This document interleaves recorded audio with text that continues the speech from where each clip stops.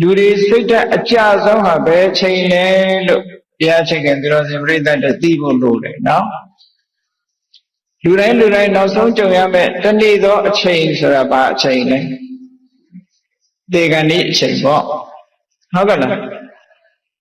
လူတိုင်းဟာမရှောင်လွဲနိုင်ဘူးတနေ့ကျတော့ကြုံတွေ့ရမယ်ဆိုတဲ့နောက်ဆုံးအချိန်မှာစိတ်ဓာတ်အားအငယ်ဆုံးပဲစိတ်ဓာတ်အကျဆုံးပဲလို့ဆိုလို့အဲ့ဒီအချိန်မှာဘာလုပ်တဲ့လဲကြံတဲ့လူတွေကနော်လှုပ်တဲ့လှုပ်ထိုက်တာဘာလုပ်တဲ့လဲခုခေတ်ရောဘာတွေလုပ်နေကြလဲဒါကိုလေးလာသုံးသပ်ပြီးတော့ကြည့်ဖို့ကိုလုပ်တဲ့အလုပ်တွေကမှန်ကန်မှုရှိရလားခုခေတ်လုပ်နေကြတဲ့လူတွေကမှန်ကန်မှုရှိရလား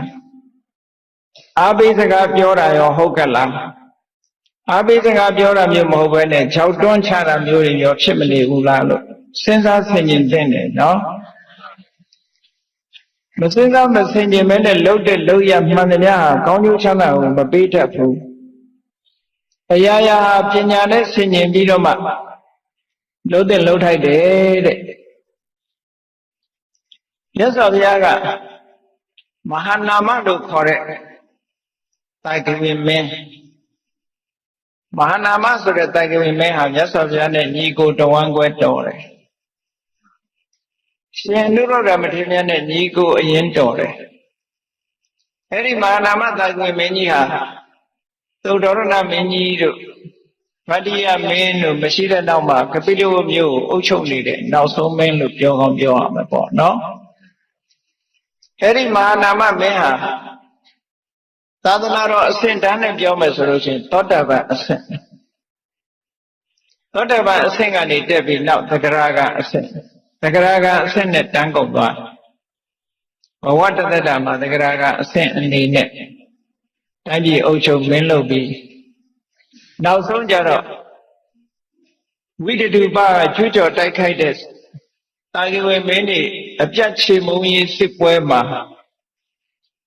မာနမမင်းကြီးကဖမ်းခံရတယ်ဆိုတော့လေဝိတတုပကသူ့ရဲ့မြည်တော်နေသည့်အတွက်ကြောင့်ကောင်းအောင်မွန်ထားတာသို့တော်လေတိတ်တဆိတ်စားတဲ့ပေထဲမှာဆိုရင်တိတ်တဆိတ်သူသဘင်ကိုသူစတုံးထုံးပြီးတော့ခြေမကြားမှာညှပ်ပြီးတော့ရေထဲမှာငုံတရုပ်သွားတယ်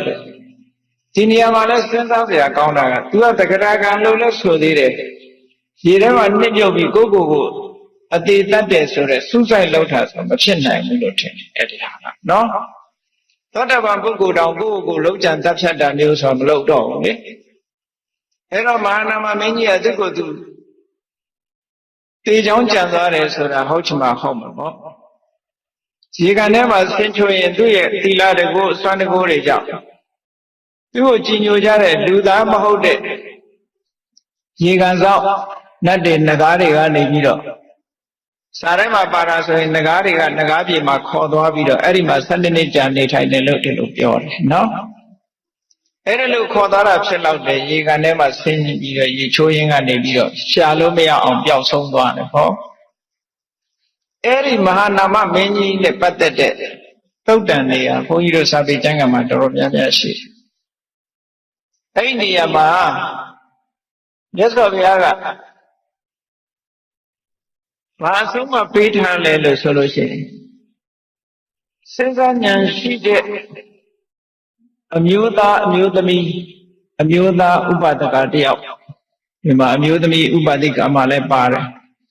စဉ်းစားဉာဏ်ရှိတဲ့ပုဂ္ဂိုလ်ဟာတဲ့စဉ်းစားဉာဏ်ရှိတဲ့ပုဂ္ဂိုလ်တယောက်ကိုဒီမကောင်းထံမသာဖြစ်လို့အသက်အန္တရာယ်ဆိုရင်ရောက်တော့တဲ့အချိန်ခါမျိုးမှာအာဘိစကားပြောရမယ်ဆုံးမစကားပြောရမယ်ပြောတယ်နော်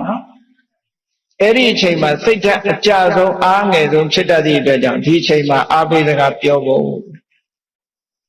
ဒါလူတိုင်းဟာဒီနေ့ဟာမကြုံတွေ့ပဲနဲ့နေလို့မရဘူးကြုံတွေ့မှာပဲနော်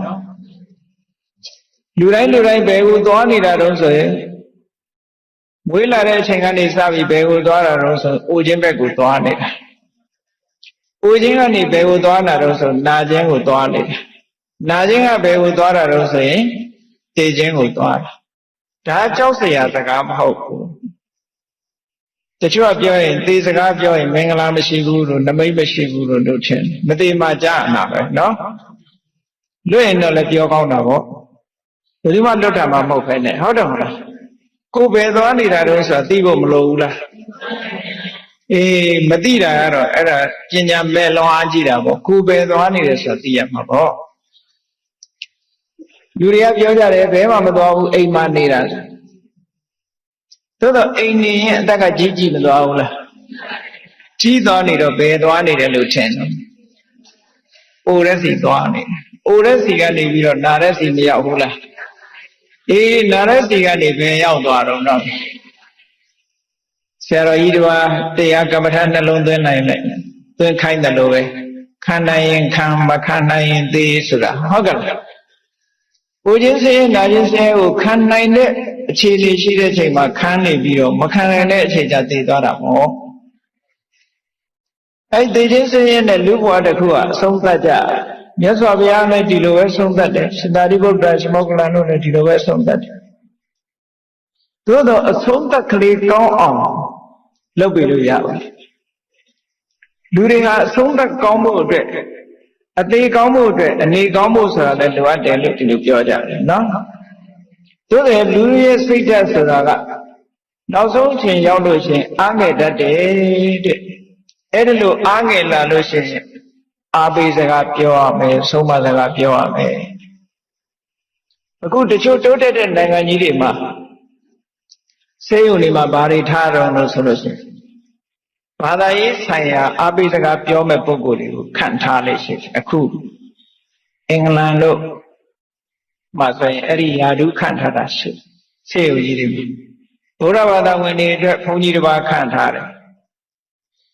ခရစ်ယာန်ဘာသာဝင်တွေအတွက်ခရစ်ယာန်တရားဟောဆရာဝန်အစ္စလာမ်ဘာသာဝင်တွေအတွက်အစ္စလာမ်ဟောပြောမဲ့ပုဂ္ဂိုလ်ဒီလိုဆိုင်ရာဘာသာစကားအရာဘာသာတရားအရာအားပေးစကားပြောဖို့ခန့်ထားတာချက်ပလင်လို့ခေါ်ပြီးတော့ခန့်ထားတာလေးရှိတယ်။ဘာဖြစ်လို့လဲဆိုရင်လူတိုင်းသေကံကြီးရောက်တဲ့အခါကျတော့စိတ်ဓာတ်တွေကြပြီးတော့မသွားရအောင်တက်တာနဲ့ကိုယ်ဘာသာတရားကိုအာယုံပြုပြီးသိနိုင်အောင်လို့ပေါ့နော်။အဲ့ဒီလိုလှုပ်တာကိုလည်းပဲလက်ခံတဲ့လူလက်မခံတဲ့လူရှိတယ်။လက်မခံတဲ့လူကဘယ်လိုတော့ဆိုလို့ရှိရင်ကိုလိန်တဲ့လူနဲ့ပတ်ဝန်းကျင်ကိုလိန်တဲ့လူတွေက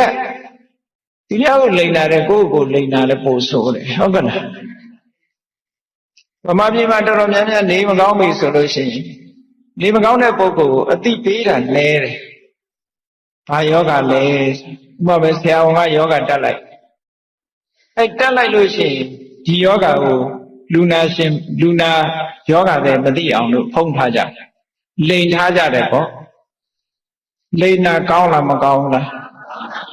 စေရနာကတော့သူကသိရင်စိတ်ဆင်းရဲလိမ့်မယ်ဆိုတဲ့စေရနာပဲနော်လိန်နာဆိုတာဒီပြင်ကိစ္စတွေလည်းလိန်ကြတာပဲလေ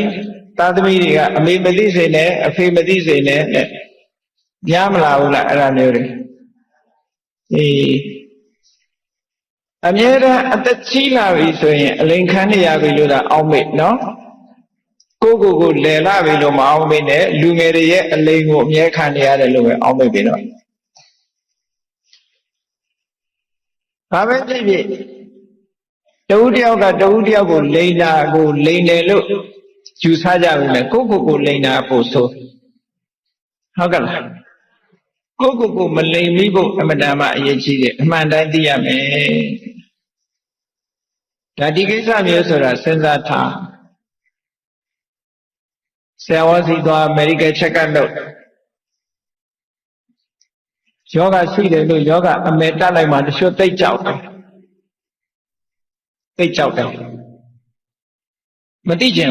မသိချင်ဘူးဆိုကိုလိန်ထားတာပဲဟုတ်တယ်မလားသိတာမသိတာနဲ့ယောဂဖြစ်တာမဖြစ်တာနဲ့ဆိုင်ရလားမဆိုင်ပါဘူးမသိတော့မကြောက်ရဘူးပေါ့လေမျက်ကန်းတစ်စိမကြောက်တဲ့အကြောင်းမျိုးပဲသိတဲ့အခါကျတော့ယောဂဆိုတာကုစားရင်ချမ်းသာတွေမရနိုင်ဘူးလားကျမ်းမာလာဖို့အတွက်ကိုယ်မှဒီယောဂရှိတယ်လို့သိလာလို့ရှိရင်ထိုယောဂအတွက်စေဝတ္တဆာနဲ့ကုမမယ်တရားဓမ္မတွေကြိုးစားအထောက်မယ်ဒီလိုရောမဖြစ်နိုင်ဘူးလား တကယ်အဲ့ဒါလို့ဖြစ်ရမှာနော်စကိုင်းဘက်မှာဆိုဆရာဝန်ကြီးတယောက်ဖြစ်တာကအသက်ကင်ဆာသို့တော့အိမ်သူအိမ်သားတွေကလိန်ထားတဲ့အသက်60လို့ပဲတလို့ပဲပြောတယ်အသက်60ဆိုရင်အတော်နဲ့မသေးသေးဘူးပေါ့အသက်ကင်ဆာဆိုရင်မျောလင်းချက်မရှိဘူးပေါ့တလို့အသိပေါ့နော်အဲ့ဒါလို့လိန်ထားပြီးတော့နေရင်ကနေပြီးတော့ယောဂအခြေအနေကပို့ဆိုးလာနောက်ဆုံးအချိန်ရောက်လာတဲ့အခါကျတော့မှသူကလည်းသူကိုယ်တိုင်ကလည်းဆရာဝန်ဆိုတော့သိတာပေါ့ပြီးတော့အဲ့ဒီကျမှပါပြောတော့ဆိုချုပ်ပြာမသေးခြင်းသေးဘူးဘာမှလည်းမလုံးဝသေးဘူးအစောဆုံးကသိထားပဲဆိုလို့ရှိရင်ဒီယောဂဘလောက်နဲ့အသက်တန်းကဘလောက်ပဲကြံတော့တယ်ဆိုရင်သိထားရင်ပြင်ဆင်မှုမလုပ်နိုင်ဘူးလားလုံနိုင်တဲ့အခွင့်အရေးတွေဆုံးရှုံးသွားတယ်လုံနိုင်တဲ့အခွင့်အရေးတွေဆုံးရှုံးသွားတယ်အဲ့တော့ medical check up လုပ်လို့ diagnose ထဲမှာယောဂရှိတယ်လို့ဆိုရင်လည်း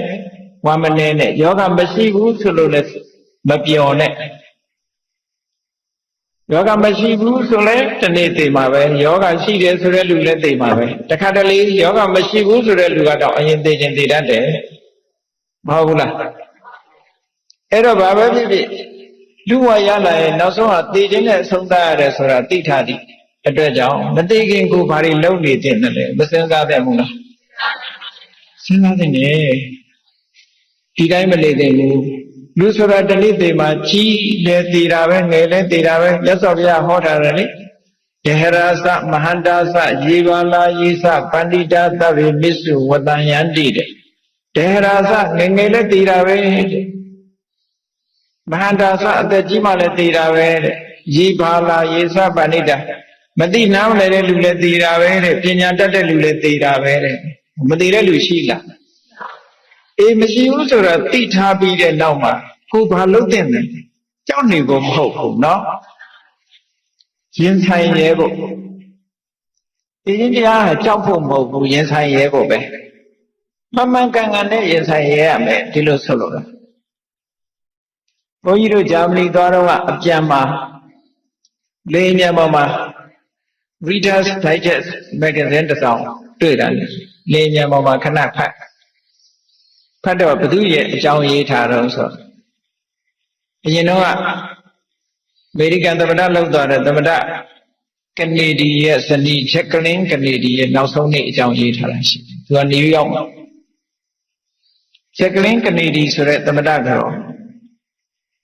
သက်60လောက်ရှိတဲ့အခါမှာသူယောဂရဆေးရုံတက်ပြီးဆေးကုတဲ့အခါကျတော့ဆရာဝန်တွေကဒိုင်ယာနို့စ်မှာဖော်ပြလိုက်တယ်ဘာဖြစ်တယ်ကင်ဆာယောဂကင်ဆာယောဂဆိုတာ incurable ကုလို့မရဘူးပေါ့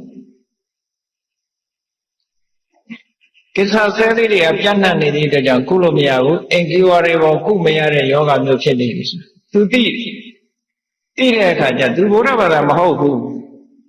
မဟုတ်ပေမဲ့လို့စိတ်မချအောင်သူ့မှာထိန်းတဲ့နိလန်းတော့ရှိနေတယ်ဟုတ်ကဲ့လားသူ့မှာအားကိုးရှိတယ်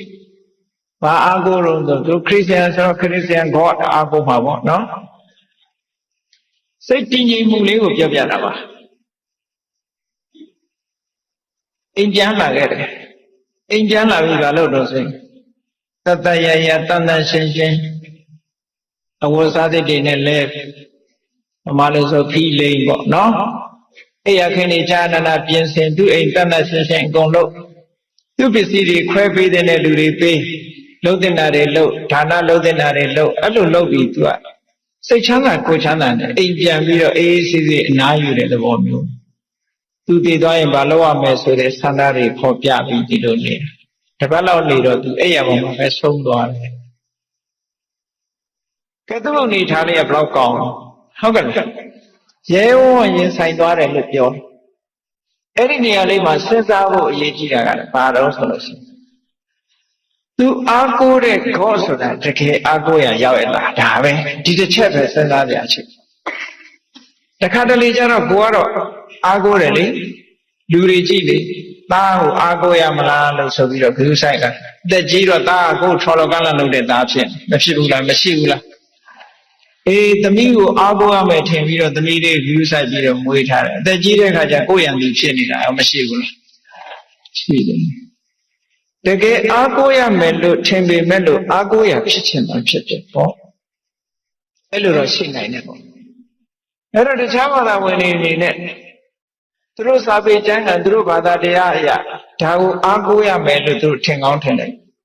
သို့သောစိတ်ကောင်းနှလုံးကောင်းထားမယ်ကိုကျင်တရားကောင်းမယ်ဆိုရင်ဘယ်ဘာသာဝင်ပဲဖြစ်ဖြစ်ကောင်းတဲ့သူကလေးရောက်ဖို့ရတော့မခဲရင်ကံကံရဲ့အကျိုးကိုလက်ခံယုံကြည်ပြီးကောင်းတာလုပ်ရင်ကောင်းတာဖြစ်တယ်ဆိုတဲ့အများကိုကူညီခြင်းနဲ့စိတ်အများရဲ့အကျိုးကိုလိုလားတဲ့မေတ္တာစိတ်ရှိရင်ဘယ်ပုဂ္ဂိုလ်မျိုးပဲရှိဘယ်ဘာသာဝင်ပဲရှိဘာသာနဲ့မဆိုင်ဘူးအဲ့ဒါကြောင့်စိတ်ကောင်းနှလုံးကောင်းရှိတဲ့ပုဂ္ဂိုလ်ထိုစိတ်ကောင်းနှလုံးကောင်းကကောင်းတဲ့ဘဝကိုပို့ပေးမှာခေါ်ကဲ့တင်တာတော့မဟုတ်ဘူးပေါ့ဟုတ်ကဲ့လားဘုရားဘာသာနဲ့စိတ်ကောင်းနှလုံးကောင်းရှိတယ်ဆိုရင်ထိုစိတ်ကောင်းနှလုံးကောင်းလေးကကဲ့တင်မှာဘုရားကဲ့တင်တာမဟုတ်ဘူးသို့တော့ဘုရားကဒီလိုထားမယ်လို့သင်ကြားပေးထားတယ်ဆုံးမဩဝါဒပေးထားတယ်ပေါ့အေးကောင်းပြီအဲ့ဒီသမထကတော်ကြီးဟာအေးချမ်းချမ်းနဲ့ကြောက်လန့်မဖြစ်ဘဲနဲ့သိခြင်းတရားကိုရင်ဆိုင်သွားတယ်ဆိုတဲ့အဓိပ္ပာယ်မျိုးအဲ့ဒီမှာရေးသားထားတာဖတ်ရတော့ဟောဒါလည်းအတူယူစရာပဲလို့နော်ဗမာပြည်မှာဟိုအထက်ကမော်လိုက်မှာဒကမာကြီးတယောက်သူကတရားအမတန်အားထုတ်တယ်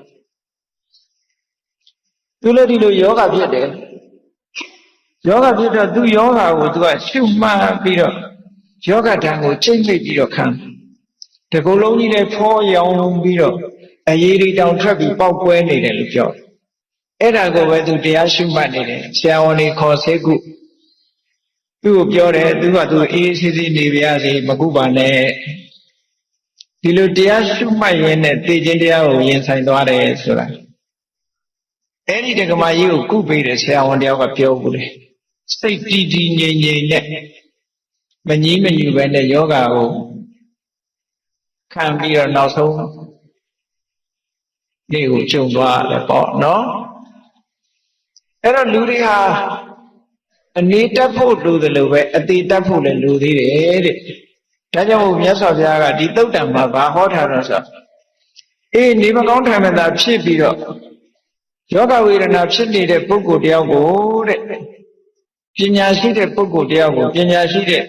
မိတ်ဆွေတယောက်ကအာဘေးစကားပြောတဲ့နဲ့လို့တကယ်ဟောထားတယ်အကျိုးရှိလို့ပြောတယ်အာဘေးစကားပြောရမှာတချို့ကြတော့ဘုန်းကြီးပြင့်ပြီးတော့ပရိရွတ်တာတော့ငါ့ကိုသေမှထင်လို့ပရိရွတ်တာလားလို့ဆိုပြီးတော့လူကမကြိုက်ဘူးဟုတ်ကဲ့အဲ့ဒါကိုယ့်ကိုယ်လိမ့်နေတာမဟုတ်ဘူးလားအဲ့ဒါလိုလိမ့်တာမျိုးကသူများလိမ့်တာမကောင်းတယ်လို့ကိုယ့်ကိုယ်လိမ့်လည်းမကောင်းဘူးနော်အမျိုးစုံလုံးလေးရှိကြတယ်မြတ်စွာဘုရားကအာဘိစကားပြောရမယ်တဲ့ဗမာပြည်မှာတော့တချို့ကအာဘိစကားမပြောဘဲနဲ့ဗာပြောတော့ဆိုသင်ငယ်စောနဲ့မျောနေတဲ့လူဘာသာအုပ်ဘယ်နှထားခဲ့တော့မေးတဲ့လူကမျိုး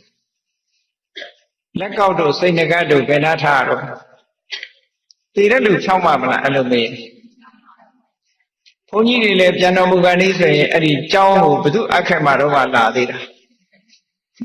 ဟုတ်ကဲ့လားအဲ့ဒါအာဘိစကားဖြစ်ပါမလားမဖြစ်ဘူးတွန်းလွတ်တာနဲ့တူနေတယ်ဟုတ်ကဲ့လား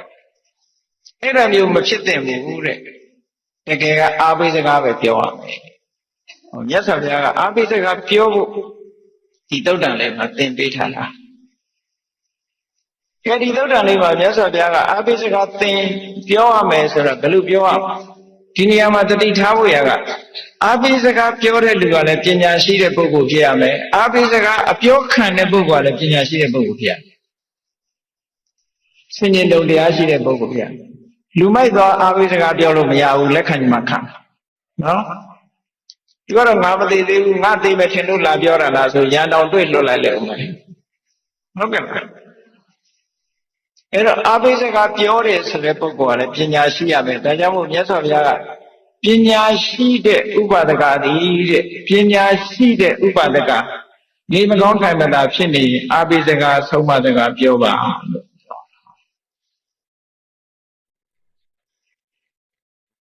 အဲ့ဒါလို့အာဘိစကားပြောလိုက်ရင်အကျိုးရှိ နိုင်ငံခြားတိုင်းပြည်တွေကဆေးရုံကြီးတွေမှာမျှော်လင့်ချက်ကင်းသွားတဲ့လူနာတွေဆရာဝန်တွေကစိတ်ကကုသမှုကိုဆက်မလုပ်တော့ဘူးဆိုတဲ့လူနာတွေကိုသက်ဆိုင်ရာဘာသာရေးကောင်းဆောင်တွေဘာသာဝင်တွေကနေပြီးတော့အားပေးစကားပြောဖို့ဆိုပြီးတော့ထားရတယ်ဆိုကောင်းတဲ့အစီအစဉ်တစ်ခုပေါ့နော်အဲ့တော့မြတ်စွာဘုရားကဒီသုတ်တံမှာလည်းပဲအဲ့ဒီအဓိပ္ပာယ်မျိုးဟောထားတာလေဒါဖြင့်အားပေးစကားပြောရမယ်ဆိုရင်ဘယ်လိုအားပေးစကားပြောရမလို့ချက်၄ချက်နဲ့ပြောရမယ်လူဥပဒကချက်၄ချက်နဲ့ပြောလူအကြောင်းလေးဆိုဘာပြောမလဲဆိုမင်းမဘုရားအပေါ်မှာနှစ်ကာနဲ့အတိညာနဲ့ဘုရားပေါ်မှာယုံကြည်တဲ့တရားတရားတွေရှိနေတယ်ဘာမှကြောက်စရာမလိုဟုတ်ကဲ့စိတ်အေးလက်အေးနေနိုင်တယ်ပေါ့ဘယ်ဘဝခရီးပဲဖြစ်ဖြစ်တူတူပဲဘဝဒီဘဝသေးသွားလဲနောက်ဘဝတစ်ခုရောက်မှာဟိုဘဝလည်းဒီလိုသေးလာတာပဲလေအခုအသက်30ရှိတဲ့လူဟာဟိုဘဝသေးလာတာအနှစ်30ရှိပြီပေါ့ဝိနည်းဟာသေနေပဲဟိုဘက်ကလာခဲ့တာနဲ့ဟုတ်ကဲ့လားသေတဲ့နှစ်ကိုပြန်တွက်တာနဲ့တူတူပဲလေဘဝသေပြီးမှဒီဘဝကိုဖြစ်တာဟုတ်နော်အေးဒါကြောင့်မို့လို့ပထမအားပေးစကားပြောရမှာပါတော့ဗုဒ္ဓေအဝိစ္စပတာရိဏသမနာကတောအဝိစ္စပတာရဆိုတာမြတ်စွာဘုရားကိုဂုဏ်တွေကိုသိပြီးတော့နှစ်ကာယုံကြည်တဲ့တရားရှိရမယ်အဲ့ဒီတရားတရားမင်းမှရှိနေဘာမှကြောက်စရာမလိုဘူးမကောင်းတဲ့ဘဝဘယ်တော့မှမရောက်ဘူးဟောတရားကကယ်သွားလိမ့်မယ်အားပေးစေဒါလေးကိုအားကိုဟုတ်ကဲ့လားဘုရားဝိသပတာရဘုရားကိုနှစ်ကာယုံကြည်တယ်ဆိုတာဘယ်လိုဟာတော့ဆိုနော်လူတွေကဘုရားကိုကိုးကွယ်တာအမျိုးမျိုးမရှိဘူးလားတချို့ဘုရားကိုးကွယ်တာဘယ်လိုရည်ရွယ်ချက်နဲ့ကိုးကွယ်တာတော့ဆိုလက်ကောင်းအောင်လို့ကိုးကွယ်တာအဲ့ဒါနှစ်ကာယုံကြည်တာမဟုတ်ဘူးဒီဘုရားကိုးကွယ်လို့ရှိရင်ဖြီပေါက်မယ်ချဲပေါက်မယ်စီးပွားတက်တယ်ဆိုတဲ့အနေနဲ့ကိုးကွယ်မရှိဘူးလားအဲ့ဒါမျိုးတွေဒါကြောင့်မလို့နေကြိုက်နံကြိုက်တွေပါလေဒီရင်ဆရာစီမေးပြီးတော့ဘယ်နေသားဆိုရင်ဘာအသားကိုးကွယ်ရမယ်ဆိုပြီးတော့အဲ့ဒါမျိုးအထူးမှားပြီးတော့ကိုးကွယ်ကြတယ်စင်စည်းမြင်းရံတယ်ဆိုပြီးစင်စည်းမြင်းရံရုပ်ပွားကိုးကွယ်တာတော့အဲ့ဒါတော့အတိညာနဲ့ကိုးကွယ်တာလို့ဆိုနိုင်ပါမလားသို့တော့အဲ့ဒါမျိုးကိုးကွယ်တဲ့လူတွေရောမရှိဘူးလားအဲ့ဒါအဝိစ္စပတာရမဟုတ်ဘူးတဲ့ဘာဖြစ်လို့လဲတခုံတစ်ခုတစ်စုံတစ်ခုလိုချင်နေလို့ဒီဘဝရဲ့အကျိုးရှိရာအကျိုးရှိကြောင်းယုံကြည်ချက်အတိညာမဲ့တဲ့ပညာမဲ့တရားလို့ခေါ်တယ်ပေါ့နော်ပညာမဲ့တဲ့တရားနဲ့ကိုးကွယ်တာမျိုးတွေကြတော့ခုနကအကျိုးမရှိဘူးလို့ပြောတာမဟုတ်ဘူးနော်ဘုန်းကြီးပြောတာထိုက်တဲ့လောက်အကျိုးလေးတော့ရှိမယ်ဒါပေမဲ့လို့အစွမ်းထက်တဲ့အကျိုးမျိုးမဖြစ်နိုင်ဘူးလားပညာမဲ့တရားနဲ့ကိုးကွယ်တာမျိုးဖြစ်တယ်ပညာရှိတဲ့တရားနဲ့ကိုးကွယ်ရမယ်ဆိုတာဘယ်လိုဟာတော့မြတ်စွာဘုရားရဲ့ဂုဏ်တွေအေးအရဟံဆိုရင်နှလုံးသွင်းလိုက်တို့မှာလောဘတွေရှိတယ်ဒေါသတွေရှိတယ်မောဟတွေရှိတယ်မြတ်စွာဘုရားရဲ့စိတ်ထဲမှာဟောဒီလောဘဒေါသမောဟတို့ဆိုတာလုံးဝမရှိဘူးတရားစိတ်ဟာဖြူစင်လိုက်တာဟောအရဟံဂုဏ်တော်ကိုအာရုံပြုတဲ့အခါကျနော်ကိလေသာအတော်တွေကလုံးဝကင်းနေလို့မြတ်စွာဘုရားစိတ်ဆိုးတယ်ဆိုတာမရှိဘူးလောဘဖြစ်တယ်ဆိုတာမရှိဘူးမသိဘူးဆိုတာလည်းမရှိဘူးလောဘဒေါသမောဟကင်းတဲ့ဘုရားပဲလို့ဟောအရဟံဂုဏ်တော်ကိုဒါကြောင့်မို့လို့ဒီလိုလောဘဒေါသမောဟတွေကင်းနေသည့်အတွက်ကြောင့်တလောကလုံးမှာရှိတဲ့ပုဂ္ဂိုလ်တွေကဥညွတ်ပြီးတော့ရှ िख ိုးလိုက်တဲ့ဘုရားပါလားရှ िख ိုးရင်ဘုရားဆိုတာလက်ဦးလေးတစ်ခါခြိလိုက်တာနဲ့ခြိလိုက်ရုံလေးနဲ့လက်ပြေကိုရောက်သွားနိုင်တယ်ဒီကုသိုလ်တွေကစောင့်ဆောင်မှုဘလောက်ကောင်းတယ်ဆိုတာစဉ်းစားကြည့်မရကုဏလီသူတို့သားလေးကဘုရားဘာသာဝင်မဟုတ်ဘူးအဖေကလည်းနှမျောလိုက်တာယောဂဖြစ်တဲ့တောင်ဆေးကုမပေးဘူးဆေးမိတို့တွေနဲ့ကုတာနောက်ဆုံးကုမရတဲ့အချိန်လေးဒီကနေ့အချိန်ရောက်တော့အိမ်ပြင်ထုတ်ထားတယ်လေဘုရားကဆောင်းကန်ကြွလာတဲ့အခါထတောင်ရှင်းမခိုးနိုင်တော့ဘူးစိတ်ထဲကကြည်နူးပြီးတော့ဩဒီလိုဘုရားမျိုးငါမလှူလိုက်ရဘူးမတန်းလိုက်ရဘူးရှင်းမခိုးလိုက်ရဘူးခုရှိခိုးစိတ်ထဲကနေကြည်နူးပြီးတော့နေတယ်အဲ့ဒီအချိန်လေးမှာတည်သွားတာနဲ့လက်ပြေမှာနတ်သားသွားဖြစ်တယ်ဒီကုသိုလ်လေးကကဲလိုက်တာသူ့ကြည့် ဘယ်တော့စွမ်းဆောင်ချက်ကောင်းတယ်လဲဆိုတာစဉ်းစားကြည့်စိတ်ထဲမှာတင်ဖြစ်တာနော်လက်ဟုတ်တော်မချနိုင်ဘူးတဲ့စိတ်ထဲကနေဘုရားကိုအာရုံပြုပြီးစိတ်ထဲကကြည်နူးလိုက်ရုံလေးနဲ့တင်ပဲကြည့်လက်ပြရောက်လာလူမပြောနဲ့ကက္ကရာရေကန်ကြီးနားမှာရှိတဲ့ရေကန်တဲကဖားလေးတစ်ကောင်မြတ်စွာဘုရားတရားဟောတာတစ်ပင်အောင်ရေကန်ထဲကခုန်တက်လာပြီးမြတ်တော်ထဲမှာဝိုးရင်ကနေဘုရားတရားဟောတဲ့အတန်ကြားတာနဲ့နားထောင်ကောင်းတဲ့အတန်လေးပဲတိရစ္ဆာန်ဆိုတာအန္တရာယ်ရှိတဲ့အတန်လားအန္တရာယ်မရှိတဲ့အတန်လားဒီလောက်တော့သိတယ်သို့တော့တရားရဲ့အဓိပ္ပာယ်သူသိတာတော့မဟုတ်ဘူးဟုတ်ကဲ့လားမြတ်စွာဘုရားရဲ့ကရုဏာတွေလွှမ်းခြုံထားတဲ့မေတ္တာတွေလွှမ်းခြုံထားတဲ့အတန်လေးကိုသူ့စိတ်ထဲမှာနားထောင်ရင်စိတ်ကြည်နူးနေတဲ့အချိန်လေးမှာကံမကောင်းအကြောင်းမလားတော့အနာနာရောက်လာတဲ့နွားကြောင့်သားကတပြားတဲ့ခေါင်းကိုထောက်ပြီးဖိလိုက်တော့သူခင်ဗျာတည်သွားတာအဲ့ဒီကြည်နူးတဲ့စိတ်ကလေးဘုရားကိုအာရုံပြုပြီးတော့ကြည်နူးတဲ့စိတ်ကလေးနဲ့တင်ပဲနတ်ပြည်ရောက်သွားကဲဘလောက်ဆောင်းဆောင်မှုကောင်းလဲဒါကြောင့်ဗုဒ္ဓအဝိဇ္ဇပတာရမြတ်စွာဘုရားကိုအသိဉာဏ်နဲ့များကြည်ညိုလိုက်မယ်ဆိုလို့ရှိရင်ဒီတဲ့အစာပေါင်းများစွာအကျိုးရှိတယ်အာဟုเสียမကောင်းဘူးလားပတ်စံနေဘလောက်ချမ်းသာသူပတ်စံကနတ်ပြည်မပို့နိုင်ဘူးနော်ပစ္စည်းဥစ္စာကနတ်ပြည်မပို့နိုင်ဘူးပစ္စည်းဥစ္စာကိုအကြောင်းပြုပြီးဒါနကောင်းမှုလုံးမှသီလဆောက်တည်မှနတ်ရသုဂတိဆိုတာရောက်တာဟုတ်ကဲ့လားလောကမှာပစ္စည်းဥစ္စာဆိုတာပစ္စည်းရှိလာပြီးတော့ပစ္စည်းကိုအကြောင်းပြုပြီးလူတိုင်းချမ်းသာဒုက္ခရတယ်လို့မအောင်မိနဲ့ဒီဘဝမှာလည်းပဲဆင်းရဲကြပြီးနောက်ဘဝမှာလည်းဒုက္ခရောက်တယ်ဒါကြောင့်မို့မြတ်စွာဘုရားကဟနန္တိဘောဂဒုံမိတာနောစပါရခဝေတိနောအတိညာမရှိတဲ့ပုဂ္ဂိုလ်ကိုပစ္စည်းဥစ္စာတွေကဖြည့်ဆည်းတတ်တယ်တဲ့ပစ္စည်းဥစ္စာကြောင့်သူပုဂ္ဂိုလ်ပစ္စည်းရတယ်ပေါ့ပစ္စည်းဥစ္စာကြောင့်ဒုက္ခရောက်တယ်ပစ္စည်းဥစ္စာကြောင့်သိရတယ်အမျိုးစုံရှိတယ်လူတွေမှာနော်ပစ္စည်းဥစ္စာကဒုက္ခပေးဖို့သို့တော့ပညာမဲ့တဲ့ပုဂ္ဂိုလ်တွေကိုဖြည့်ဆည်းနိုင်ပေမဲ့လို့ဒီဘဝမှာဒီလိုဖြည့်ဆည်းတယ်ဖြည့်ဆည်းနိုင်ပေမဲ့လို့ပစ္စည်းဥစ္စာကိုအသုံးချပြီးတော့နိဗ္ဗာန်တစ်ဖက်ကမ်းကိုတက်လှမ်းလို့တဲ့သူတော်စင်တွေကိုတော့ပစ္စည်းကအနှောင့်အယှက်မဖြစ်ဘူးပစ္စည်းကိုအကြောင်းပြုပြီးတော့သူတို့ကကောင်းမှုတွေပြုကြတယ်ဟုတ်ကဲ့လားအဲ့ဒါလို့မဟုတ်လို့ရှိရင်ဒီဘဝမှာလည်းပစ္စည်းကြောင့်အန္တရာယ်ဖြစ်ရတယ်ထိုပစ္စည်းကိုတတ်မဲ့ပြီးတော့တေရသည့်အတွက်ကြောင့်နောက်ဘဝမှာလည်းပြိတ္တာဖြစ်တယ်ငြိမ်းရတယ်ဒါမျိုးတွေဖြစ်ကုန်တယ်အဲ့တော့ပစ္စည်းဥစ္စာအားကိုးစရာဟုတ်ကဲ့လားမဟုတ်ဘူးအဲ့တော့တကယ်အားကိုးစရာဆိုတာဘာတော့ကိုယ့်ကိုယ်စမ်းစစ်ကြည့်အဝိဇ္ဇပတာရဖရာနဲ့ပတ်သက်ပြီးခုံကိုထိထိခိုက်ခိုက်ခုံတော်ကိုထိရောက်ပြီးငါကြည်ညိုနိုင်ရလားဖရာကိုခုံတော်ကိုသိပြီးတော့ကြည်ညိုတဲ့ကြည်ညိုမှုမျိုးဟုတ်ကဲ့လားပညာနဲ့တရားလားပညာမဲ့တရားလားကိုယ့်ကိုစမ်းစစ်ကြည့်ရနော်အဝိဇ္ဇပတာရဆိုတာအသိဉာဏ်ရှိနဲ့ဘုရားကိုယ်ပဲအဲ့တော့ဘုရားဆိုတာရုပ်စင်းတုကဘုရားကိုယ်စားအနေနဲ့ရှိတာဘယ်လိုရုပ်စင်းတုမျိုးကိုယ်ွယ်မကိုယ်ွယ်ကောင်းမှုဆိုတာလည်းမရှိဘူးဘုရားအမှတ်နဲ့ရှိခိုးဥချပြီးတော့ထိုဘုရားမှာအရဟံစတဲ့ဂုဏ်တွေရှိနေတယ်အရေးချင်းတွေရှိကိုယ်မှာမရှိနိုင်တဲ့အရေးချင်းတွေသမ္မာသမ္ဗုဒ္ဓတရားဓမ္မတွေကိုမှန်မှန်ကန်ကန်ကိုယ်ပိုင်ဉာဏ်ဖြင့်သိတယ်ဆိုတဲ့အရေးချင်းရှိတယ်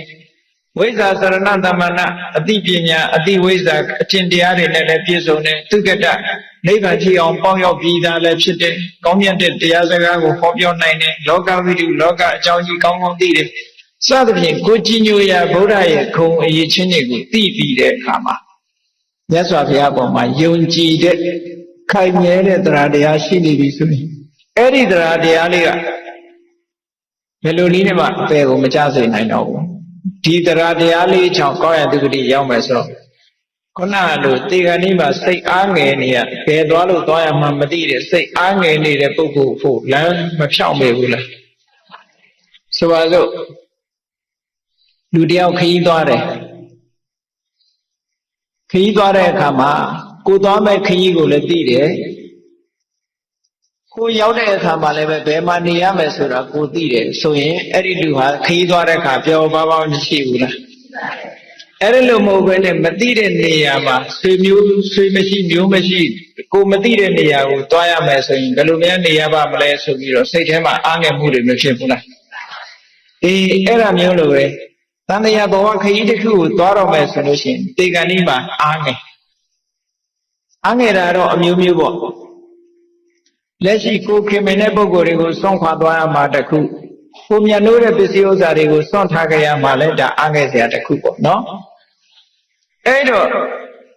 ကိုခင်မင်တဲ့ပုဂ္ဂိုလ်တွေတို့ကိုမြတ်နိုးတဲ့ပစ္စည်းတွေတို့ဆိုတာကိုယ့်အတွက်အားကိုးရဟုတ်ကဲ့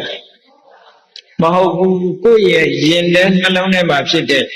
ဘုရားပေါ်မှာနှစ်ကာကြီးညိုတဲ့တရားတရားပညာနဲ့ကြီးညိုတဲ့တရားတရားတွေသာနဲ့ကိုယ့်အတွက်အားကိုးရအစစ်ဖြစ်တယ်အားကိုးလိုက်ပါတဲ့အဲ့ဒါအားကိုးထားပြီးဘာမှမပူနဲ့မင်းမဘုရားကိုကြီးညိုတဲ့တရားစိတ်တွေပညာနဲ့သိတဲ့တရားစိတ်တွေရှိနေတယ်အဲ့ဒါကြောင့်မို့လို့စိတ်အေးလက်အေးနေဘာမှမပူနဲ့တည်သွားဒီတဲ့ကောင်းတဲ့ဘဝရောက်မယ်ဒီလိုအားမပေးတတ်ဘူးလားတကယ်အားကိုးတဲ့အတိုင်းရောမဖြစ်ဘူးလားလို့ဆိုဖြစ်တယ်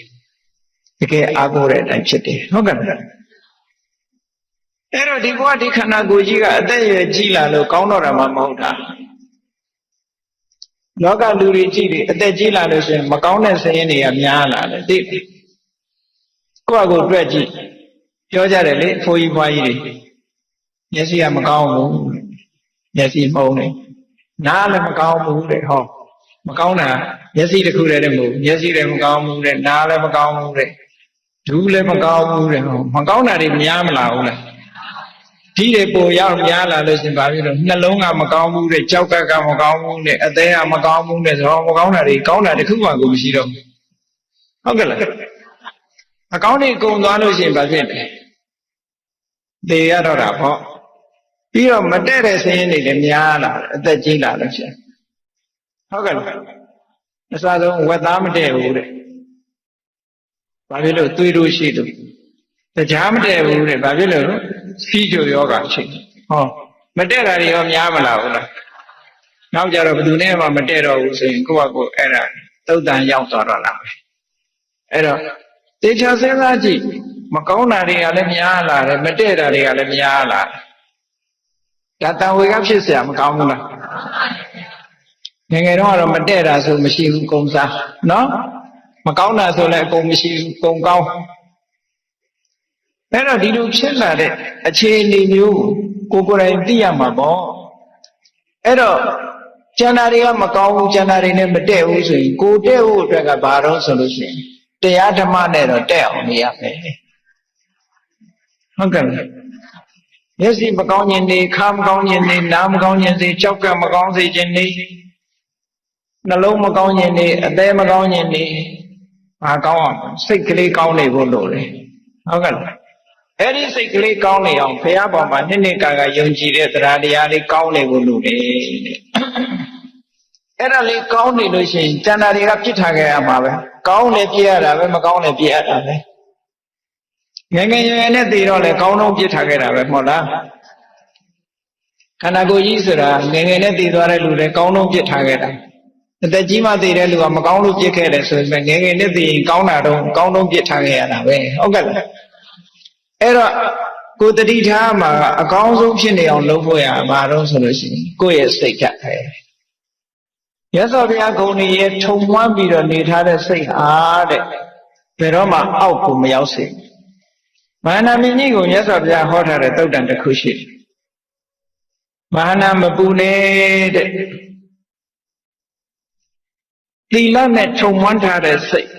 သမာဓိစွမ်းအားတွေနဲ့ထုံမွမ်းထားတဲ့စိတ်ပညာစွမ်းအားတွေနဲ့ထုံမွမ်းထားတဲ့စိတ်ဟာဘယ်တော့မှအောက်ကိုမကျစေဘူးဥပမာမဲ့ထောပတ်အိုးကြီးကိုရေထဲမှာခွဲလိုက်မယ်ဆိုလို့ရှိရင်အိုးခွဲတွေကအောက်ကျသွားတယ်ထောပတ်တွေကတော့အပေါ်တက်လာတယ်ဟုတ်ကဲ့လားစီအိုးကြီးကိုခွဲလိုက်လို့ရှိရင်လည်းအိုးခွဲတွေကအောက်ရောက်သွားပြီးတော့စီကတော့ရေပေါ်တက်လာမှာအဲ့ဒီတိုင်းပဲဖះကြည်ညိုတဲ့စိတ်ကလေးကအပေါ်တက်လာမှာဘာမှပူစရာမရှိဘူးဒါကြောင့်မို့လို့အားပေးတာလူပြေကမကောင်းတဲ့ခန္ဓာကိုယ်ကြီးကိုစွန့်ပြီးတော့လက်ပြေကိုသွားဆိုတာအားပေးတာဘယ်လိုအားပေးတော့ဆိုရင် မြေအိုးကိုခွဲပြီးတော့ရွှေအိုးကြီးကိုရယူတယ်လို့ပဲမရှိဘူးလားဟုတ်ကဲ့လားအခုလိုကိုယ်စိတ်လေးကောင်းတဲ့ပုဂ္ဂိုလ်တွေကြတော့မြေအိုးခွဲပြီးတော့ရွှေအိုးကြီးယူတယ်ဆိုတော့လူတိုင်းမြေအိုးခွဲပြကြမှာကြီးပဲရွှေအိုးပဲရကြရမှာပေါ့အဲ့တော့လူဘဝကနေနတ်ဘဝရတယ်ဆိုတာဟာမြေအိုးခွဲကိုပြစ်ထားခဲ့ပြီးတော့ရွှေအိုးကိုရယူတာနဲ့တူတူပါပဲတဲ့ဒါကြောင့်မို့လို့အဲ့ဒီမိမိနဲ့ယဉ်နေတဲ့မိတ်ဆွေသင်္ဃာတွေဆွေမျိုးသားချင်းတွေကိုဒီလိုအားပေးစကားပြောပါတဲ့ဒါတစ်ချက်နော်နောက်တစ်ခုကဓမ္မေအဝိဇ္ဇပတာရိဏသမနာကတော်တဲ့ဘာမှအားမငယ်နဲ့မင်းမှာဓမ္မပေါ်မှာယုံကြည်တဲ့အသိဉာဏ်သက်ဝင်တဲ့တရားတရားတွေရှိတယ်ဓမ္မကိုနှစ်ကာကယုံကြည်တယ်မြတ်စွာဘုရားဟောတဲ့တရားတွေဘယ်တော့မှလွဲမှားတာမရှိဘူးတဲ့ဒါဓမ္မရဲ့ခုံတစ်ခုပဲဟုတ်ကဲ့သွားခါတော့မြတ်စွာဘုရားအကျိုးနဲ့အကြောင်းနဲ့စီရီအောင်ဟောထားသည့်အတွက်ကြောင့်လွဲချော်တစ်ခုမှမရှိဘူးတန်တိဋ္ဌိကိုကိုယ်တိုင်ကျင့်ကိုယ်တိုင်သိနိုင်တဲ့တရားဖြစ်တယ်အကာလိကိုအခုကျင့်အခုရတဲ့တရားမျိုးဖြစ်တယ်အိဟိပတိကို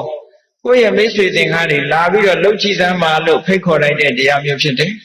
ဩပနိကအခုပဲစိတ်ထဲမှာနှလုံးသွင်းအခုပဲစိတ်ချမ်းသာသွားစေနိုင်တယ်ဟောပိဿတံဝေရိတဘောဝိညူဟိသူတော်ကောင်းတွေဟာကိုအတိအတိကိုချင်းကိုခံစားရတယ်တဲ့ဟောဘုရားရဲ့တရားတော်တွေရဲ့ခုံကြီးတွေကိုဒီလိုနှစ်ကသိပြီးတော့ယုံကြည်တဲ့တရားတရားဟာစိတ်ဓာတ်ကလေးကိုဖြူစင်စေတယ်အဲ့ဒီဖြူစင်တဲ့စိတ်ဓာတ်ကလေးကခန္ဓာကိုယ်ကြီးရဲ့ဘယ်နေရာကမကောင်းကောင်းသူကကောင်းတဲ့ပုံကိုဆောင်သွားမှာပဲဟုတ်တယ်အဲ့ဒါကြောင့်မို့လို့အားငယ်စရာပါရှိဘာမှမရှိဘူးကြည့်လေတချို့ဆိုလို့ရှိရင်ဥပမာပဲခီးသွားတယ်ဟိုမှာဆွေတွေမျိုးတွေအရင်ချာတွေရှိတယ်ဒီအိမ်ကိုပိတ်ထားခဲ့ပြီးတော့ဟိုအိမ်ကိုသွားတယ်ဟိုမှာလည်းကိုယ်ဆွေမျိုးတွေကကိုယ်ကျိုးနေတာလို့သိလို့ရှိရင်အားငယ်မှုဖြစ်ရလားမဖြစ်ဘူးထို့တူပဲကုသိုလ်ကောင်းမှုလုပ်တယ်ဆိုတဲ့ပုဂ္ဂိုလ်ကအားငယ်စရာဘာတစ်ခုမှမရှိဘူးမြတ်စွာဘုရားအဲ့ဒါကြောင့်မို့လို့ပုံညာလိပဋိကနန္တိကုသိုလ်တွေကချိုးနေကြပါတဲ့ဘယ်ဘုံသွားကိုလှုပ်ထားတဲ့ကုသိုလ်တွေကိုရင်တဲ့နှလုံးထဲမှာစိတ်ဓာတ်ထဲမှာဖြူစင်ပြီးတော့နေတဲ့ကုသိုလ်တွေကကိုယ်ကျိုးနေကြပါအဲ့ဒီလိုအားပေးစကားပြောရမယ်စိတ်ငကကြီးပဲထားတာလို့သွားတော့မမေးနဲ့နော်အဲ့ဒါမျိုးတွေကိုအခုခေတ်တော့မေးနေကြတာပဲလေဒါမျိုးပဲဟုတ်ကဲ့ဘုန်းကြီးတွေပြန်တော်မူတော့အေးအေးသေးမပြန်တော်မူတော့အကြောင်းဘသူအခက်မှာတော့ဟိုလာသေးတာအဲ့တော့ဘယ်လိုလုပ်ကောင်းရသူကတိရောက်နိုင်မှာမလို့စိတ်တွေကိုညှဉ်းနှွမ်းသွားအောင်နှုတ်ချောက်လိုက်တယ်လို့မဖြစ်ပေဘူးလားအားပေးစကားပြောရမှာကအိုးကိုအားကိုးစရာတွေအများကြီးရှိတယ်ဘာမှမပူနဲ့ဟုတ်လားကိုယ်စိတ်ထဲမှာအားကိုးတွေရှိတယ်ဓမ္မဟာတကယ်အားကိုးရအစစ်ဖြစ်တယ်တို့တူပဲအရိယာတန်ဃာတွေကိုကြည့်လိုက်သုပတိပန္နဘုရားဟောတဲ့အတိုင်းမှန်မှန်ကန်ကန်ကျင့်နေကြတယ်ဥစုပတိပန္နဖြောင်းဖြောင်းမှန်မှန်ကျင့်ကြတယ်ညာယပတိပန္နလမ်းစဉ်မှန်မှန်ကျင့်တယ်တာမိစိပတိပန္နနော်ဘယ်တော့မှလွယ်လွယ်မမကြည့်ပဲနဲ့မှန်မှန်ကန်ကန်ကျင့်နေဆိုဟောအကျင့်မှန်ကန်မှုတွေအကျင့်မှန်ကန်မှုတွေကိုကျင့်ထားသည့်အတွက်ကြောင့်အာဟုနေယအဝေးကယူလာတဲ့ပစ္စည်းတွေလှူဒန်းပြီးတော့ပူဇော်လိုက်တယ်ပါဟုနေယဧည့်သည်တွေအတွက်special ထားတဲ့ပစ္စည်းဥစ္စာတွေနဲ့ပူဇော်တိုက်တယ်ဟောတခိနေယအိဇလိကရဏိယလက်အုပ်ချီတိုက်တယ်အနုတ္တရံဘုံညခိတံလောကလောကရဲ့ကုသိုလ်ကောင်းမှုလုပ်เสียရလဲမြေတာလို့ဖြစ်တယ်ကုသိုလ်ပင်ပြိုးခြင်းရင်တန်ခါမှာပဲပြိုးရတယ်ဒီလိုပြောတာနော်အဲ့ဒါလို့အာကိုးเสียတန်ခါပေါ်မှာနှစ်ကာဒီလိုယုံကြည်တဲ့တရားတရားဖြစ်ခုနှစ်စဉ်နှစ်တိုင်းဒီမှာဝိနည်းဆံပြန်ပွဲကြီးကျင်းပနေတယ်ဩဝိနည်းပြန်ဆိုးနေကြတဲ့တန်ခါတွေလူမယ်တမ်းမယ်လက်အုပ်လေးတစ်ချိန်ခြိလိုက်မယ်ဖြော်ရည်လေးတစ်ခွက်တိုက်မယ်ရေလေးတစ်ခွက်တိုက်မယ်ဟောမရဘူးလားကုသိုလ်တွေအများကြီးရနော်အဲ့ဒီတန်ခါကိုချီညူတဲ့တန်ခေအဝိဇ္ဇပတာဒဆိုတဲ့ပညာလက်တရားတရားတွေဟာပညာရှိနဲ့ယုံကြည်တဲ့တရားတရားတွေကကိုယ်ရင်တဲ့နှလုံးထဲမှာရှိနေလို့ဘာမှမပူနဲ့လို့အားပေးစကားပြောပါမရှိသေးရင်ရှိအောင်လုပ်ပေးရမယ်ဟုတ်ကဲ့ပိဿံတို့အကြာကြီးစုဆောင်းပြီးလုပ်နေရတာမဟုတ်ဘူးကုသိုလ်စိတ်ဆိုတာအခုဖြစ်အခုရတာမရဘူးလား အခုနှလုံးသွင်းရင်အခုစိတ်ထဲမှာဖြစ်တာပဲလေကြည်မတ္တကုဏလီလို့ဆိုဘုရားမြင်မြင်ချင်းမှာကြီးညိုတဲ့သရာလေးဖြစ်လိုက်တာနဲ့ပဲအဲ့ဒါလေးကနတ်ပြည်ပို့လိုက်တာဟာတရဝါလေးကလည်းကြည်မြတ်စွာဘုရားအတန်လေးကြားလိုက်တာနဲ့ကြည်နူးတဲ့စိတ်ကလေးကနတ်ပြည်ကိုပို့လိုက်တာဟုတ်ကဲ့လားအဲ့ဒါလို့အာကိုးစရာတွေတကယ်လဲအာကိုးလိုက်တဲ့အရာတွေကိုယ်တဏ္ဍမှာရှိနေတယ်ဆိုတာအာပိစကားပြောပါနောက်တစ်ခုအာပိစကားပြောရမှာဘာလို့ဆိုရင်ဘာမှမပူနဲ့စိတ်ထဲမှာအာတင်ထားမင်းမှာကုခြင်းတရားတွေရှိတယ်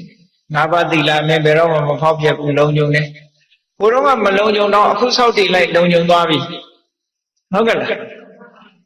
ကိုတော့ကမလုံနဲ့ပဲပဲလို့အခုဥရတဲ့လဲနေတဲ့အချိန်မှာငါးပါးသီလဖောက်ပြတာရှိသေးလား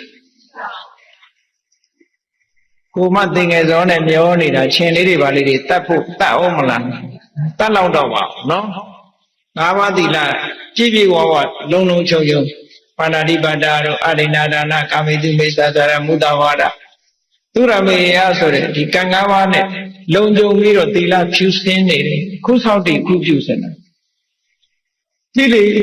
မကောင်းတာတွေကဘယ်လိုပဲလုပ်ခဲ့ကောင်းတာတွေလုပ်တဲ့အချိန်ကစပြီးတော့နှလုံးသွင်းလိုက်မယ်ဆိုရင်စိတ်ဟာကြည်နူးွယ်ဖြစ်တယ်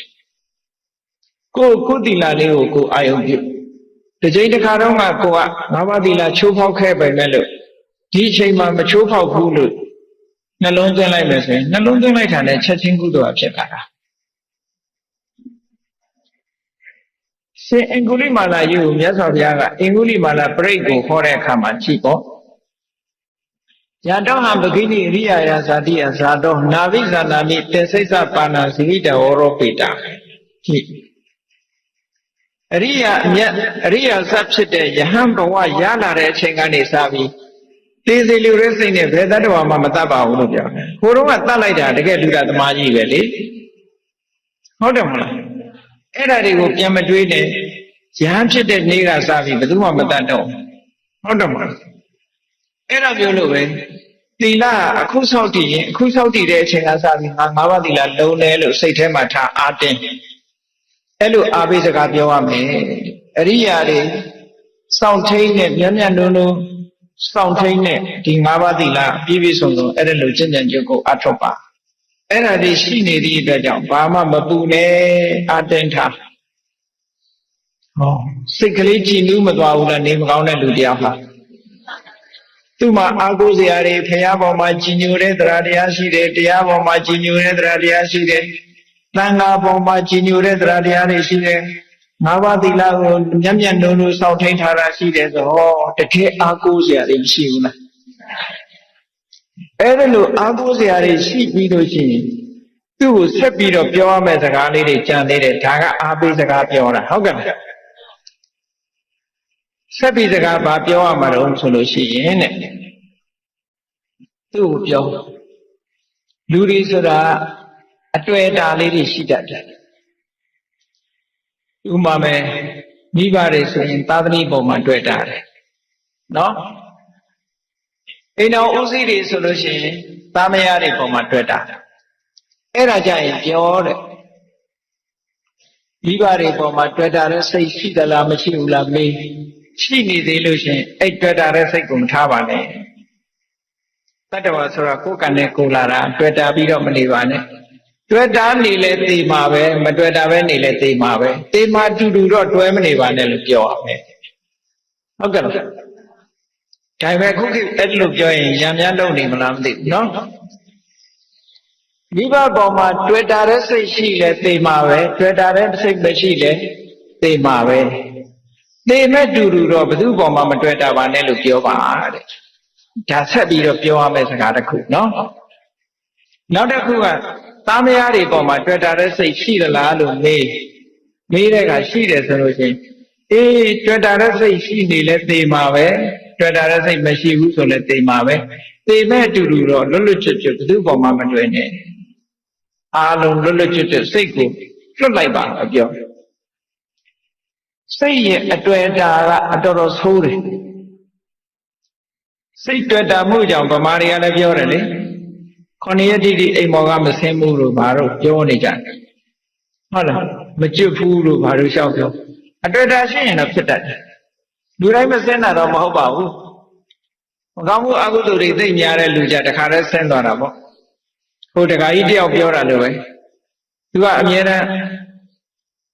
မုဆိုးလုပ်ငန်းနဲ့အသက်မွေးတာလေ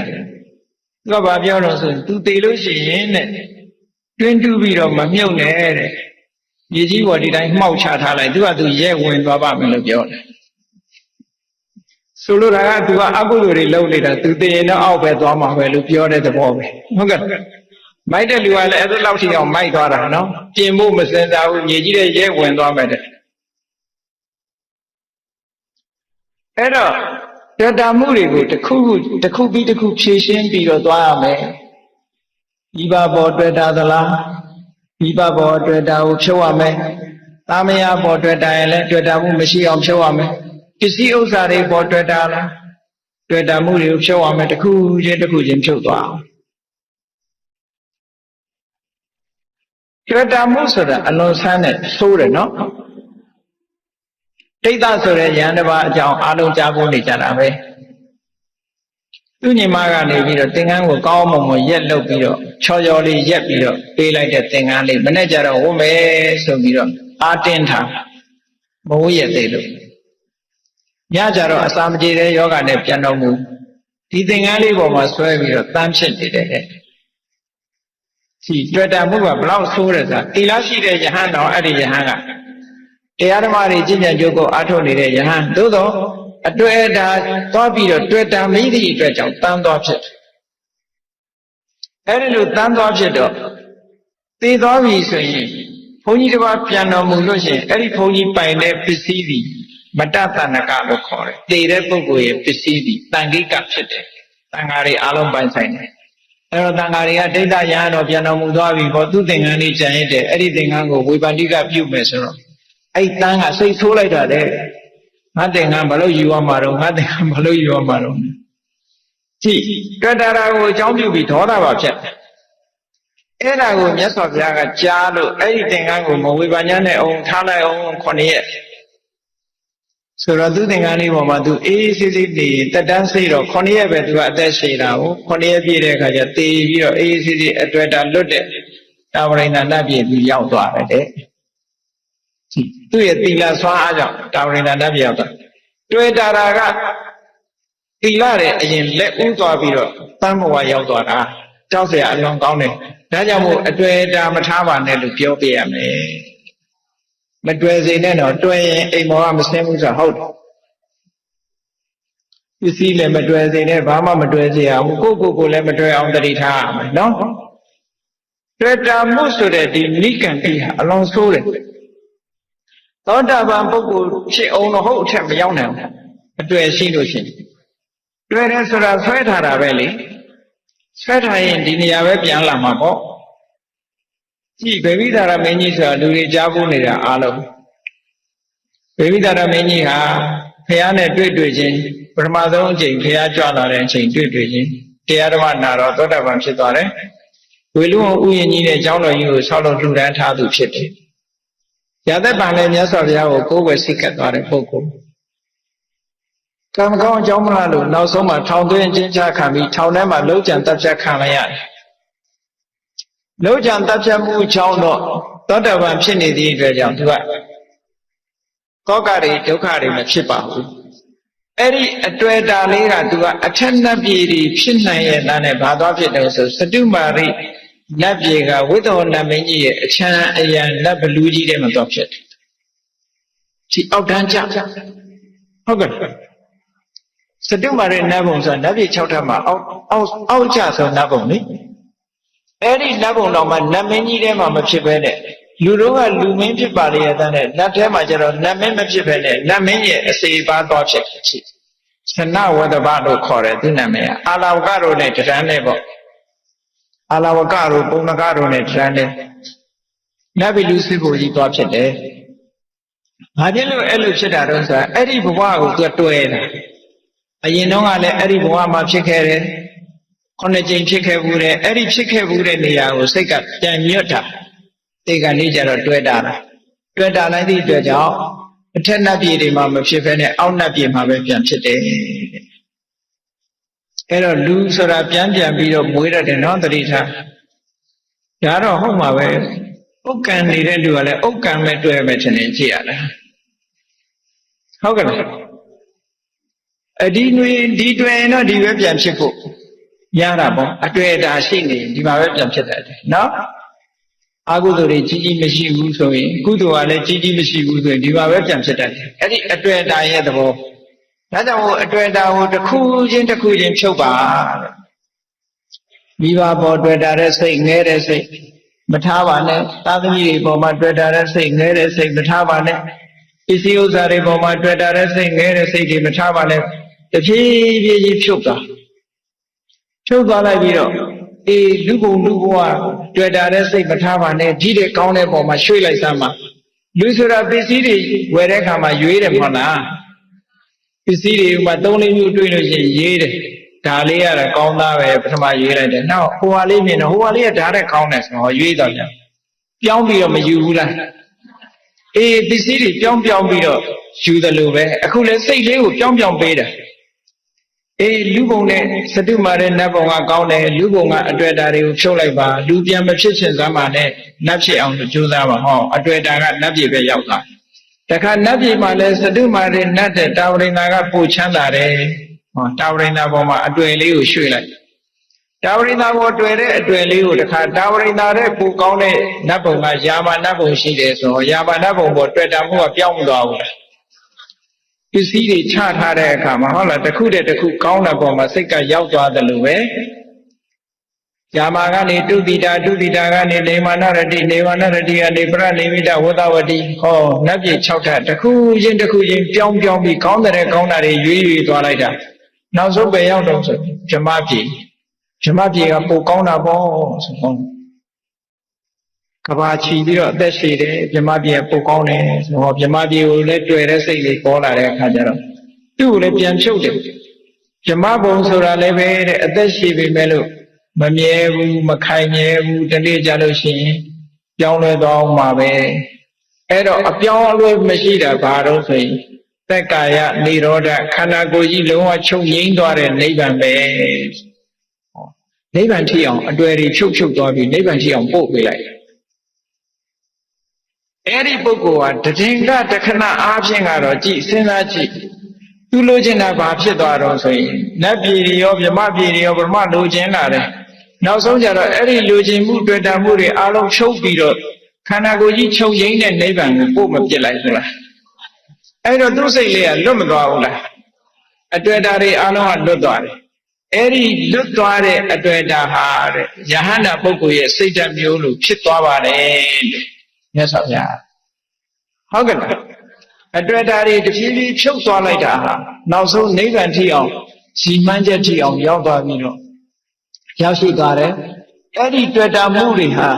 ယဟန္တာပုဂ္ဂိုလ်ရဲ့ကိလေသာအာသဝတွေကလွတ်သွားတဲ့အခြေအနေမျိုးနဲ့အခုဟာနဲ့အခြေအနေမျိုးနဲ့သွားမတူဘူးလားတဲ့တူတယ်နော်7ပါးသီလစောင့်တည်တဲ့အခါတောင်မြတ်စွာဘုရားကဒီလိုဟောတာရှိတယ်ယဟန္တာပုဂ္ဂိုလ်များသည်သူ့အသက်ကိုတတ်ခြင်းမှရာသက်ပံရှောင်တော်မူကြသည်ငါလည်းပဲဒီကနေ့သူများအသက်ကိုတတ်ခြင်းမှရှောင်ခြင်းဆိုတဲ့ပါဏာတိပါဒဝေရမဏိသိက္ခာပုဂ္ဂိုလ်စောင့်တည်ထားတယ်ဒီကနေ့ငါလည်းယဟန္တာလို့ကျင့်ရပြီလို့ကိုယ်စိတ်ထဲမှာနှလုံးသွင်းလို့ဥပောဒထသုတ်မှာဒီလိုဟောထားတာရှိတယ်ဘလွန်ကောင်းတဲ့စနစ်တည်းဟုတ်ကဲ့လားအဲ့ဒါလိုပဲအတွေ့အတာတွေကိုတဖြည်းဖြည်းဖြုတ်သွားလိုက်တာနောက်ဆုံးနိဗ္ဗာန်ရောက်သွားအဲ့ဒီနိဗ္ဗာန်ရောက်သည့်ထိအောင်စိတ်ဓာတ်လေးဟာတွေ့တာမှုတွေကလွတ်ကင်းသွားတဲ့အနေအထားမျိုးလေးဟာယဟန္တာပုဂ္ဂိုလ်တွေကိလေသာအာသောတွေကလွတ်သွားတဲ့အခြေအနေမျိုးလေးနဲ့သွားတူပါတယ်ဟောအဲ့ဒါလို့ထိအောင်အားပေးစကားပြောပြီးတော့ပုဂ္ဂိုလ်တွေကိုကူညီအချင်းချင်းမိတ်ဆွေသင်္ကားတွေကိုကူညီပေးပါလို့မြတ်စွာဘုရားကဒီသုတ္တမှာဟောလို့ရင်ဖြစ်တယ်ဒါကြောင့်မို့တရားချက်ခင်သူတော်စင်ပြိဿအပေါင်းတို့သည်ဘုရားမြတ်စွာဟောကြားတော်မူခဲ့တဲ့အားပေးစကားအမတန်အားငယ်နေတဲ့အချိန်ခါမျိုးမှာအားပေးစကားပြောတာနောက်ဆုံးနေ့အတွက်အားပေးစကားပြောသလိုပဲနေ့စဉ်လည်းပဲအားပေးစကားပြောရမှာပဲဟုတ်ကဲ့လားနေ့စဉ်ညလည်းအိုးနေတာမပူနဲ့နားနေတာလည်းမပူနဲ့တရားမှလည်းမပူနဲ့ကိုယ်မှငါမှပါရှိတော့ ဘုရားကိုယုံကြည်တဲ့တရားတရားရှိတယ်တရားကိုယုံကြည်တဲ့တရားတရားရှိတယ်တန်ခါကိုယုံကြည်တဲ့တရားတရားရှိတယ်ငါးပါးသီလငါးလုံးတယ်လို့ကိုယ့်ကိုယ်ရောအာမပေးတိုက်ဘူးလားဒီအာပိစကားကိုယ့်ကိုယ်ကိုလည်းပြောသူတစ်ပါးကိုလည်းပြောမိအောင်အတွက်ဓာတ်တွေကိုလည်းတစ်ခုပြီးတစ်ခုဖြုံးနိုင်အောင်ဘယ်ပေါ်မှာငါသိတွဲနေတယ်လေကိုယ့်အကိုစဉ်းစားဟုတ်လားအဖိုးကြီးတွေဖွားကြီးတွေဆိုမြီးပေါ်တွဲသလားမေးကြည့်ပေါ့နော်တွယ်လို့ရှိရင်မတွယ်ဖို့ကိုယ့်ကိုပစ္စည်းပေါ်တွယ်ရင်လည်းမတွယ်ဖို့မတွယ်မိအောင်ကိုယ့်ကိုအတွေ့အတာတွေကိုတစ်ဖြည်းဖြည်းဖြုတ်ပြီးတော့နောက်ဆုံးအတွေ့အတာကင်းရနိဗ္ဗာန်ချမ်းသာထိအောင်ဥတည်ပြီးတော့သွားနိုင်အောင်ကျင့်ကြံကြိုးကိုအထောက်ကြရမှာဖြစ်ပါတယ်အတ္တတနံမစ္ဆုရာသတ္တခိစေမစ္ဆုရာသတ္တတိမိအတ္တတနံမမြင်ရယတုကိစေသွားရောက်ရသွားရောက်ရဤသွားရမယ်သွားချဆိုလို့ဆိုတဲ့အဓိပ္ပာယ်ဟုတ်ဒီမင်းမမြင်တဲ့နေရာမရောက်မချင်းဘုန်းကြီးတို့တွေအန္တလဲလဲသိဆုံးရင်းနဲ့ရင်ဆိုင်ကြရမှာပေါ့အဲဒီလိုသိဆုံးရင်းနဲ့ရင်ဆိုင်မှုကနေလွတ်မြောက်ဖို့အတွက်မြတ်စွာဘုရားကိုယ်တိုင်ကတခွားဘဆုံးမဩဝါဒပေးတဲ့အနေအတ္တတနံမစ္ဆုရာသတ္တကိစေဒီမင်းမမြင်နိုင်တဲ့နေရာကိုသွားကြဒီမင်းမမြင်နိုင်တဲ့နေရာသွားကြရမယ်သွားဖို့ကြိုးစားကြရမယ်တရားဓမ္မကျင့်ကြံကြိုးကိုအထောက်နေတဲ့ပုဂ္ဂိုလ်တွေဟာဘယ်သွားနေကြတာတော့ဆိုဒီမင်းမမြင်ရအရက်ကိုသွားနေကြတယ်မှန်ပါပါဗျာဒီမင်းမမြင်ရအရက်ကိုရောက်သွားပြီဆိုတဲ့ပုဂ္ဂိုလ်နောက်ထပ်ဒီမင်းကကိုယ်ရှာတွေ့မှာမဟုတ်တော့မှန်ပါပါအဲ့ဒါလို့ဒီမင်းရှာမတွေ့သည်တိုင်အောင်ဒီမင်းကိုပုံကွယ်ရှောင်ရှားနိုင်ဖို့ဟာအမှန်တမ်းအရေးကြီးတယ်ပေါ့ဒီမင်းကိုပုံကွယ်ရှောင်ရှားနိုင်ခြင်းမရှိသေးသမျှကာလပတ်လုံးဒီမင်းရဲ့လွှမ်းမိုးနှိမ့်ဆက်မှုခံကြရမှာဒီလိုသီလသမာဓိပညာအကျင့်သိက္ခာတွေနဲ့ပြည့်စုံတဲ့ဆရာတော်ဘုရားကြီးတိတ်မလဲဒီမင်းတို့ရနေရာဌာနမရောက်သေးသမျှကာလပတ်လုံးသိဆုံးခြင်းဆိုတာနဲ့ကျင့်ဆိုင်ရတာပေါ့မှန်ပါပါဗျာဒါကိုတံဝေကယူချဒီတံဝေကရဲ့စွမ်းအားတွေကိုမိမိတို့ယင်ထဲမှာပြိုးပြီးတော့ဒီအစိမ်အဟောင်းတွေနဲ့ဒီမင်းမမြင်ရအရက်ကိုရောက်အောင်ခြိတက်ဖို့တွားရောက်ဖို့လိုအပ်တယ်ပေါ့ဟုတ်ပါဘူးဥလိမတုံတွားရောက်နေဖို့လိုအပ်တယ်အခုရင်းတွားရောက်ဖို့လိုအပ်တယ်လမ်းကြီးမှာကြမ်းကြနေဖို့မသိဘူးကြမ်းကြနေလို့ရှိရင်တကွေ့ဒီမင်းနဲ့တွေ့နေအောင်ပါပဲအဲ့ဒါကြောင့်မတွေ့ရဒီမင်းနဲ့မတွေ့ရမယ့်အရာဒီမင်းမမြင်နိုင်တဲ့အရာကိုသွားပါလို့မြတ်စွာဘုရားကဒေသနာတော်တွေမှာဒီတိုင်းနဲ့တိုက်တွန်းထားတာရှိတယ်နော်မှန်ပါပါဗျာအတ္တတနံမစ္ဆုရာသတ္တကိစေအဲ့တော့ဒီမင်းဆိုတာဘုသူပြောနေတာလေဒီမင်းမမြင်တဲ့အရာဆိုတာကြတော့ဘာလဲဘုန်းကြီးတို့နေတဲ့နေရာကဒီမင်းမြင်နေတဲ့နေရာလားဘာကြောင့်ဒီမင်းမြင်တဲ့နေရာကိုခေါ်တယ်လဲခန္ဓာရှိနေတဲ့လောကကြီးတစ်ခုလုံးဟာဒီမင်းနဲ့ရင်ဆိုင်တိုးနေတဲ့နေရာတွေကြီးပဲမှန်ပါပါဗျာခန္ဓာရှိလျက်ဒီမင်းကိုရှောင်ကွင်းလို့မရခန္ဓာမရတော့ဘူးဆိုလို့ရှိရင်တော့ဒီမင်းရဲ့စက်ကွင်းကလွတ်ကင်းပြီလို့ပြောခန္ဓာဆိုတာခန္ဓာတစ်ပါးရှိလည်းမလွတ်ဘူး၄ပါးရှိလည်းမလွတ်ဘူး၅ပါးဆိုတာတော့မပြောနဲ့နော်ခန္ဓာတစ်ပါးရှိတဲ့တ attva တွေဒီမင်းရဲ့မြင်ကွင်းကမလွတ်ဘူးခန္ဓာ၄ပါးရှိတဲ့ attva တွေလည်းမလွတ်ဘူးခန္ဓာ၅ပါးလုံးရှိတဲ့ attva တွေလည်းမလွတ်ဘူးခန္ဓာရှုတော့ကပြောရင်အာရဏဓာတ်ရှုတော့ကရှိအလုံးချုံငုံပြောရင်တော့ယုံနဲ့နာနှစ်ခုရုပ်ရှိတဲ့ attva ကြီးလည်းမလွတ်နိုင်ဘူးနာကြီးရှိတဲ့ attva လည်းမလွတ်နိုင်ဘူးယုံနဲ့နှစ်ခုပေါင်းဆက်ထားတဲ့ attva လည်းဒီမင်းမမြင်ရအရက်ကိုမရောက်နိုင်နေဘူးတဲ့မှန်ပါပါဗျာအဲ့တော့လောကကြီးမှာကာမဘုံနဲ့ဖြစ်ဖြစ်30ဘုံနဲ့ကကာမဘုံပဲဖြစ်ဖြစ်ရူပဘုံပဲဖြစ်ဖြစ်အရူပဘုံပဲဖြစ်ဖြစ်30ဘုံလုံးဟာဒီမင်းကလွတ်ကင်းတဲ့ဘုံဆိုတာမရှိနိုင်ဒီမင်းကလွတ်ကင်းတဲ့ဘုံမရှိနိုင်တဲ့အတွက်ကြောင့် ရသော်ဗျာဒေသနာတစ်ခုမှာဟောထားတာရှိတယ်နော်နအန္တလိခေကောင်းကင်မှာနေလဲတေမင်းရဲ့စကွင်းကမလွတ်ဘူးတဲ့တေးမှာပဲနသမုဒ္ဒမစ္စေပင်လေအလေကောင်ရောက်နေလဲတေမင်းလက်ကမလွတ်ဘူးတဲ့နပပတနာဝိဝရံပဝိတတောင်ခေါင်းနဲ့အောင်းနေလဲပဲမလွတ်ဘူးတဲ့31ဘုံတေဘူးမကကာမရူပအရူပလို့ဆိုရင်ဒီဘုံလေးမှာ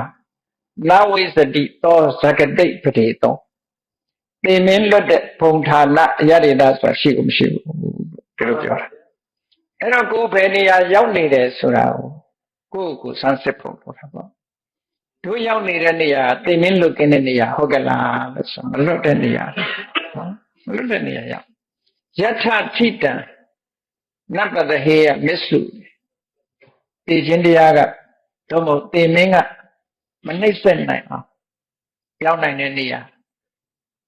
ဒီယောဂကြီးထဲမှာမရှိဘူးတဲ့ဒီလိုပြောတာနော်မှန်ပါပါဗျာအဲ့တော့တေမင်းရဲ့နေရာလည်းမနာမချေတာ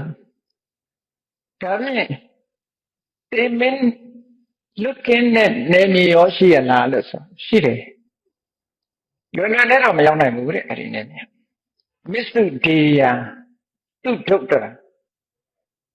အဲ့ဒီကိုရောက်ဖို့အကျုပ်သွားဖို့အမှန်တမ်းခက်ခဲတယ်သူဒုက္ခကဖြတ်ကျော်ဝင်ရောက်ဖို့အမှန်တမ်းခဲရင်လည်းမစ္စုဒေယဒီနည်းရဲ့လွှမ်းမိုးအုပ်ချုပ်တဲ့နေရာကြီးဆိုတာဘာတော့31ပုံပဲမှန်ပါပါခန္ဓာရှိတဲ့ပုံနေအားလုံးဒီနည်းအလုကင်းတာတူမှမရှိရသော်ဘုရားကိုယ်တိုင်ပဲ31ပုံထဲမှာပါဝင်နေတာဖြစ်တော့ကြောင့်ဒီနည်းမလုကင်းဘူး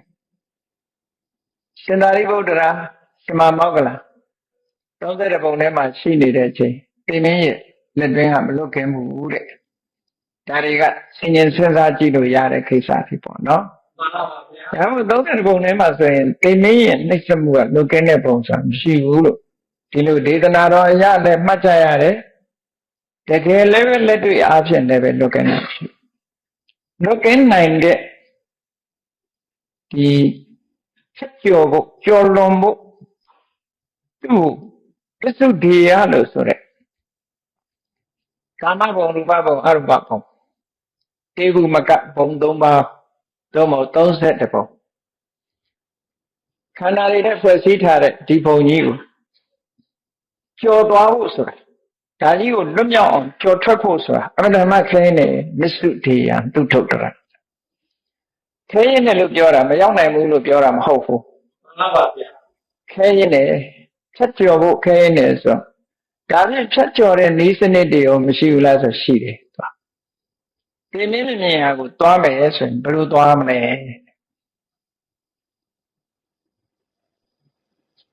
မြတ်စွာဘုရားကိုယ်တိုင်ကဒီနည်းမမြင်ရာဘုံဌာနတွေကိုလည်းဒီနည်းမမြင်ရာနေရာတွေကိုလည်းပဲညွှန်ကြားပြတာဘယ်လိုသွားရမယ်ဆိုတာကိုလည်းညွှန်ကြားပြတာထားပါပဲအဲ့ဒီလမ်းကြောင်းကပဲသွားရတခြားလမ်းကြောင်းမရှိဘူးပေါ့နော်အဲ့တော့ဒီမင်းနဲ့ပြောနေကြတာဘယ်သူကဒီမင်းလဲဆိုတဲ့အခါကျမြတ်စွာဘုရားရဲ့ဒေသနာတော်တစ်ခုကြည့်တန်ရုပ်ပါဠိတော်မှာခန္ဓာဝကတန်ရုပ်ပါဠိ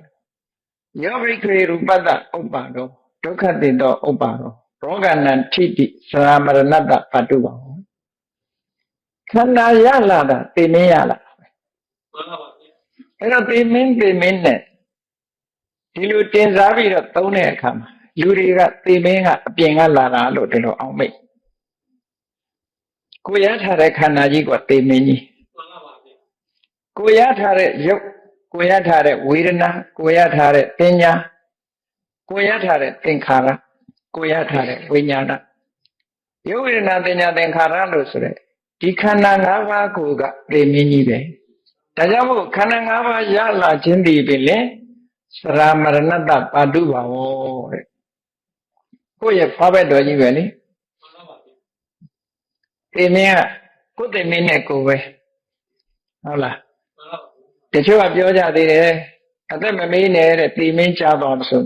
ပြောသူကသိမင်းဖြစ်တခါလေကြတော့ကလေးတွေပြောမင်းတို့သိမင်းမြင်ဘူးလားသိမင်းနဲ့ကြောက်စရာကောင်းတယ်ပြောမြင်ဘူးလား မမြင်ဘူးတဲ့တေမင်းမြင်ဘူးချင်းမှန်ကလေးတာထောင်ကြည့်လိုက်တေမင်းကတချို့တေမင်းကတဏှာလေးတွေလိမ့်ထားနော်မိတ်ကတ်တွေနဲ့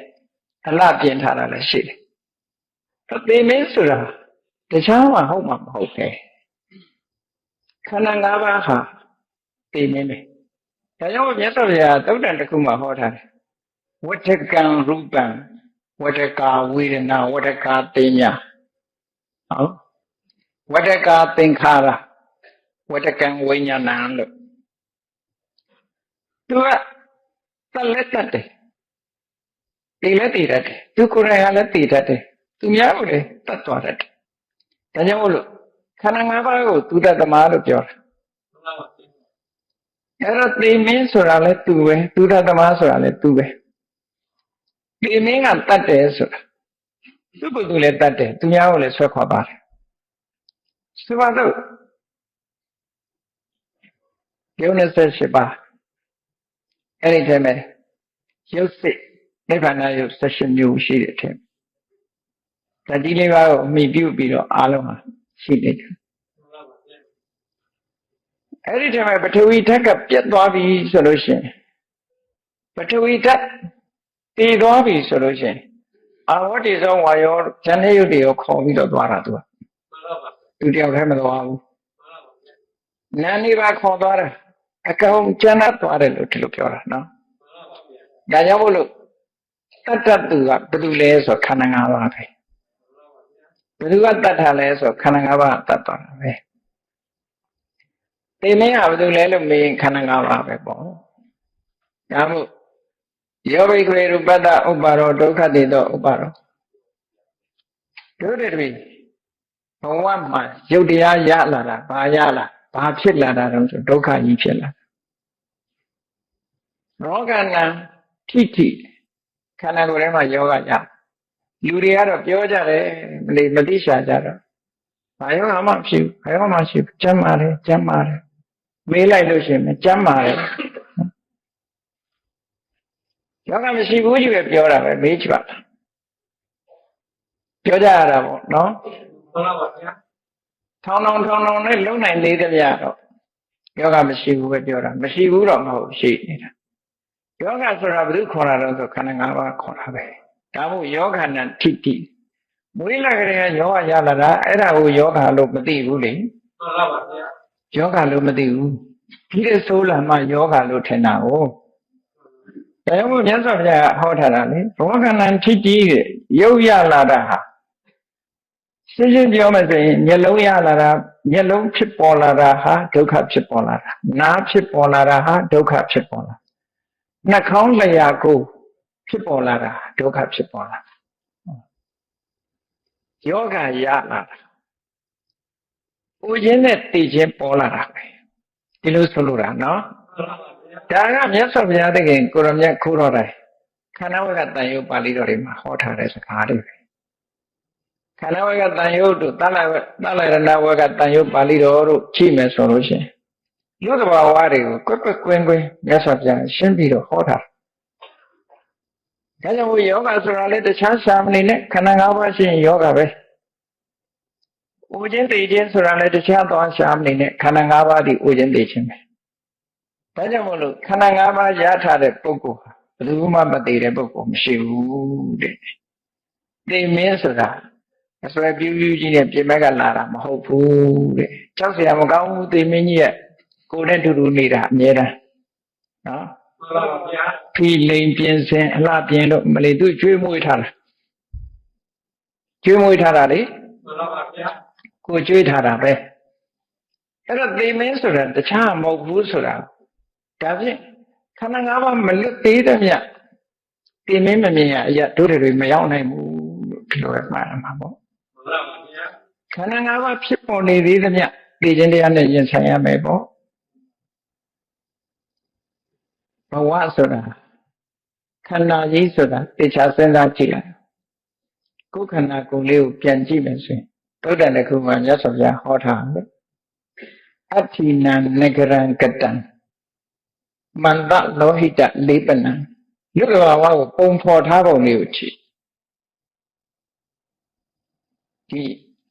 အယောပရိသအင်္ဂေဟာ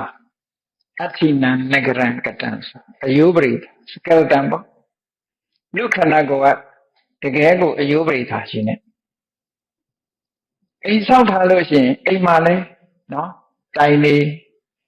ထုတ်တွေရက်ပါတွေနဲ့ဒီလိုဆောက်ထားတာမဟုတ်လားမှန်ပါဗျာလူခန္ဓာကိုယ်လည်းကြည့်အယိုးတွေနဲ့တိဆောက်ထား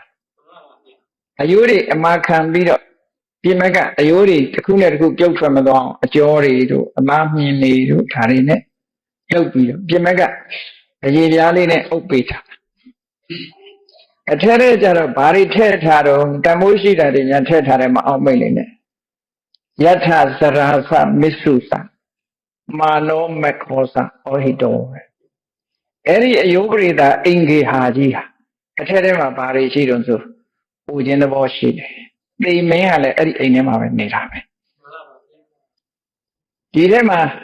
စိတ်ကောင်းမရှိလို့ရှိရင်ကျေးဇူးကမ်းခြင်းတို့ကိုယ့်ကိုယ်အထင်ကြီးခြင်းတို့ဆိုတဲ့ဒါတွေကပါလာတယ်မာနောမခောသဩဟိတောမလေးဘူးလို့ထင်တယ်ငါကျမ်းမာတယ်လို့ထင်တယ်ကိုယ်အည်ချင်းနဲ့ကိုယ်အည်သွေးအချင်းရောက်ပြီးတော့နေတာမျိုးပေါ့နော်မက္ခကျေစုတရားကဏ္ဍတယ်ဟောခန္ဓာကိုယ်ထဲမှာခန္ဓာကိုယ်ကြီးကလည်းကျေစုကဏ္ဍမှန်တယ်ဘယ်နဲ့မိုးလင်းကြတယ်ဘယ်သူလုံနေတာတော့သေချာစဉ်းစားကြည့်ကိုယ်နဲ့နည်းနည်းခွဲကြည့်လိုက်မနဲ့အိယာထားတာနဲ့ဘသူရဲ့ဝေယဝိစ္စတွေတို့လုံတာတော့ထင်တဲ့လူတွေကတော့အမလီဒီပြန်ဟာတွေဝေယဝိစ္စလုံတယ်လို့ထင်တာမဟုတ်ဘူးခန္ဓာရဲ့ဝေယဝိစ္စလုံပြီးနေရမျက်နှာသိရတယ်သွားတိုက်ရတယ်အမလီကော်ဖီလေးဖြော်တိုက်ရသေးတယ်မနေ့စောစောဆိုကော်ဖီလေးနဲ့မတင်းတိမ်ရင်ဒီပြန်ဟာလေးပါကျွေးရသေးတယ်မှန်ပါဗျဘသူပြုစုနာတော့ဆိုတိမ်မင်းကြီးကိုပြုစုနာလို့ပဲမြင်လို့ရတာပေါ့မှန်ပါဗျတကယ်တဘာဝအဲ့တိုင်းပဲတကယ်ကအဲ့လိုပြုစုပြီးတော့နေတာဒီထဲမှာကိုမွေးထားတာကကိုပြန်တတ်တာပဲဒါတော့ဒီအိဗယ်လေးတွေကိုစဉ်းစားဆင်ခြင်ပေးတာဟာလည်းပဲဒါ contemplation လို့ခေါ်တယ်အနုပဒနာဆင်ခြင်သုံးသပ်မှုကသစ္စာဝခဏဘဟုပကာရကျေးဇူးအလွန်တရာများတယ်ဆင်ခြင်သုံးသပ်မှုတွေရှိရခန္ဓာကိုယ်ရဲ့သဘာဝကိုဆင်ခြင်သုံးသပ်ပေးရအဲ့ဒါလို့ဆင်ခြင်သုံးသပ်ပေးခြင်းအဖြစ်အမှန်မြင်နိုင်တဲ့အသိဉာဏ်တွေဟာတဖြည်းဖြည်းချင်းရင့်တာလာတာပေါ့မှန်ပါဗျာဒီလေရှင်စုလပန်အလောင်းဘယင်ကြီးညနာမှာချွေးထွက်တဲ့အခါကျတော့အိုးကလေးနဲ့တုပ်လို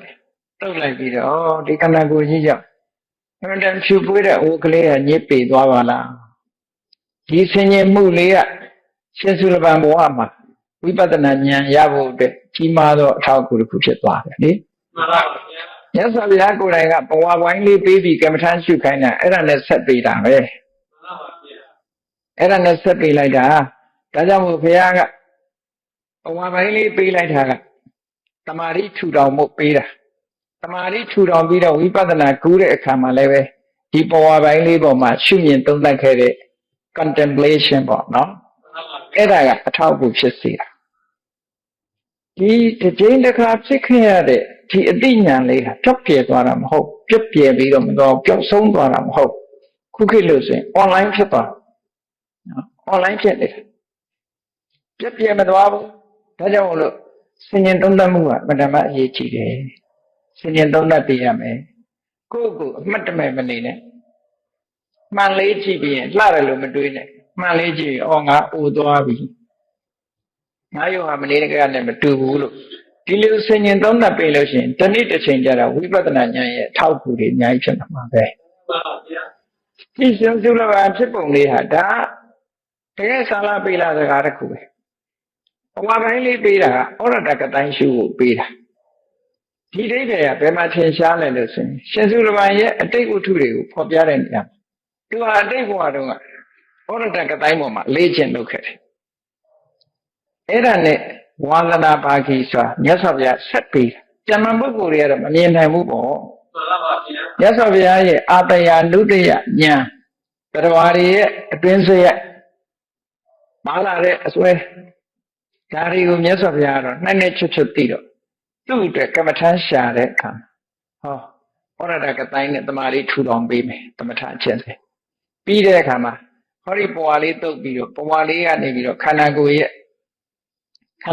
အညစ်အကြေးကြောင့်ခန္ဓာကိုယ်အညစ်အကြေးကြောင့်ဘဝလေးမဲသွားတယ်လို့ဆိုတာခန္ဓာကိုယ်ပေါ်မှာအပြစ်မြင်သွားတဲ့သဘောလေးပဲအဲ့ဒါလေးနဲ့မြတ်စွာဘုရားကဆက်ပေးလိုက်တာဆက်ပေးလိုက်တဲ့အခါကျတော့သူရဲ့ဩရတကတိုင်းပေါ်မှာရှုနေတဲ့တမာရီစွမ်းအားတွေဟာတမန်ကောင်းလာတာဘဝလေးမဲသွားတာကိုကြည့်ပြီးအညစ်အကြေးတွေဘဝလူးတော့ပါလားလို့ဆိုတဲ့အချိန်မှာမြတ်စွာဘုရားကအေးအဲ့ဒါနဲ့အညစ်အကြေးလို့အောက်မေ့မနေနဲ့မင်းစိတ်ထဲမှာရာဂတွေရှိတယ်ဒေါသတွေရှိတယ်မောဟတွေရှိတယ်အဲ့ဒီအညစ်အကြေးရမှာတကယ်အညစ်အကြေးအဲ့ဒါတွေပယ်ဖို့ကြိုးစားဆိုဟောလမ်းတဲ့ပေးလိုက်တာနဲ့ဆက်ချင်းပဲရဟန္တာဖြစ်သွားတာလေမှန်ပါဗျာဒါတွေကအထောက်အကူတွေအများကြီးဖြစ်တယ်ဒါကြောင့်မို့ဆင်ញင်သုံးသပ်မှုတွေကလုပ်ပေးရတယ်လို့ဒီလိုပြောတာနော်မှန်ပါဗျာအဲ့တော့ contemplation ဆိုတာသိအရေးကြီးတယ်ပေါ့ဒါကြောင့်မို့ဆင်ញင်သုံးသပ်ပြီးတော့ပေးရတယ်ခန္ဓာ၅ပါးရှိနေသေးတဲ့မြတ်ကာလပတ်လုံးသိချင်းတရားကမလွတ်ဘူးဆိုတော့ဒါဖြင့်တေမင်းမမြင်ရတော့သွားကြမယ်ဆိုရင်ဘယ်လိုသွားမလဲသွားကြမယ်သွားဖို့ကြိုးစားတယ်ဆိုတော့ဘယ်လိုနည်းနဲ့ကြိုးစားရမလဲမြတ်စွာဘုရားရဲ့တရားတော်ဟာမဓမ္မရှင်းနေပါတယ်အဲ့တော့ဘုရားဟောတဲ့ဒေသနာတော်လေးတွေနဲ့ကြည့်ရအောင်ဒေသနာတော်လေးကဟောထားတဲ့ဒေသနာတော်ကပုဂ္ဂိုလ်အလိုက်ဆရာကြီးနဲ့ကြိုက်အောင်မြတ်စွာဘုရားကဟောထားတာသို့တော့ဘယ်လမ်းကြောင်းပဲဖြစ်ဖြစ်မဂ္ဂင်၈ပါးလမ်းကြောင်းကသွားတာကြီးပဲအကုန်မှန်ပါဗျာလက္ခုဏကပရိယမထေနဲ့ပတ်သက်ပြီးတော့ဥဒန်းစကားအနေနဲ့မြတ်စွာဘုရားကတေမင်းမမြင်တဲ့နေရာဘယ်လိုသွားမလဲဆိုတာလေးကိုဟောထားတာရှိတယ်နော်မှန်ပါဗျာဘုရားဟောတဲ့ပါဠိစကားလုံးလေးတိုင်းတချို့ဟာထည့်ပြီးတော့မှတ်သားကြထိတေနကာယေနထိတေနစေတပါထိတေနကာယေနထိတေနစေတပါဆိုတာတခြားအောင်ပြောတာမဟုတ်ဘူးကာယကံမှုကျူးလွန်မှုလည်းမရှိဘူးကာယကံမှုသီလလုံခြုံတယ်လို့ပြောတာထိတေနစေတပါဆိုတာအကုသိုလ်တွေမဖြစ်အောင်ထိမ့်သိမ်းဆော့ရှော့ထားတဲ့ကာယကံမှုရှိတယ်နောက်တနည်းဒီကာယနဲ့ပတ်သက်လာတဲ့အကုသိုလ်မဖြစ်လာအောင်ထိမ့်သိမ်းဆော့ရှော့သီလဆိုလိုတာကသီလသာသနာ့အာဓိလို့ဆိုရင်မြတ်စွာဘုရားတရားတော်ကြီးလုပ်ငန်းစပြီဆိုရင်သီလပဲစရတယ်ဒါမှန်ပါပါအားလုံးဟာသီလပဲစအဲ့ဒါကြောင့်သီလကိုအရေးမပါဘူးလို့ထင်ကောင်းထင်တယ်မဟုတ်ဘူးသီလဘယ်အတွက်အရေးပါတာတုံးဆိုတမာတိပဲအရေးပါတယ်တမာတိကဘယ်အတွက်အရေးပါတာတုံးဆိုပညာအတွက်အရေးပါတယ်ဒါဖြင့်သီလကနေဆက်သွယ်ပြီးတော့တမာတိကိုဘယ်လိုထောက်ကူပြုတာတုံးဆိုမြတ်စွာဘုရားထိုသုတ်တန်နေမှာဟောတာအမတမရှင်းတယ်သီလရှိလာပြီဆိုရင်အနဝိဇ္ဇဒုက္ခအပြစ်ကင်းတဲ့ချမ်းသာတစ်ခုရတယ်လူဆိုတာအပြစ်ရှိလို့ချင်းစိတ်ပူတယ်လေမှန်ပါပါဘုရားကိုယ့်ကိုသိတယ်သူများမသိတာသာထားကိုလို့တာသူများကတော့အကုန်သိချင်မှသိမယ်နော်ကိုယ့်ဘာကိုသိနေသည့်အတွက်ကြောင့်ကိုယ်စိတ်ထဲမှာကိုယ့်ဘာကိုခံတာလုံးနေရကိုယ့်အကြောင်းကိုသိတယ်ဆိုတော့သီလံအဝိပတိတာရယသီလရှိပြီဆိုရင်အဲ့လိုဟန်လို့တရုပ်ဆောင်နေစရာမလိုဘူးစိတ်ကိုရှင်းနှလုံးမตายရမှုဆိုတာမရှိဘူးနှလုံးตายရတယ်လို့ဒီလိုပြောတာနော်မှန်ပါဗျာစိတ်နှလုံးကตายရတယ်စိတ်နှလုံးตายရတာကဘယ်ကိုတည်ဆောင်သွားတော့ဆိုအဝိပတိတာရောပါမောဇ္ဇထားရစိတ်နှလုံးตายပြီဆိုရင်လူကဝမ်းသာတယ်ဟုတ်တယ်လေကိုယ်သီလလေးကိုအောင်ပြုဝမ်းသာတော့ဘာဖြစ်ပီတိဖြစ်ပီတိဖြစ်တော့ဘာဖြစ်တော့ကိုယ်စိတ်ငြိမ်းချမ်းမှုဆိုရယ်ပတ္တတိလာကိုယ်စိတ်ငြိမ်းချမ်းမှုပတ္တတိလာတာနဲ့ဒုက္ခဆိုတာစတိုက်လာဒါတွေကရှောင်လွဲလို့မရတဲ့အကြောင်းနဲ့အကျိုးတွေပဲမှန်ပါပါဗျာဒုက္ခလာတဲ့အခါဘာဖြစ်တော့ဆိုဒုက္ခိနောစိတ်တံသမာဓိယတိကိုယ်စိတ်ချမ်းသာလာတဲ့ပုဂ္ဂိုလ်ကစိတ်လေးကငြိမ်တယ်လေစိတ်တည်ငြိမ်မှုရလာတယ်လို့ဒီလိုပြောတာသမာဓိယဆိုလိုတာကသီလကသမာဓိဖြစ်ဖို့ထောက်ဖို့အများကြီးပေးတယ်ဆိုတဲ့အဓိပ္ပာယ်ရအဲကြောင့်မဂ္ဂင်၈ပါးထဲမှာမြတ်စွာဘုရားသီလကိုရှုဥစွာသီလကိုထည့်ပြီးတော့မဂ္ဂင်၈ပါးကိုဖွဲ့စည်းတဲ့အခါမှာသီလပါထည့်ဖွဲ့စည်းတာ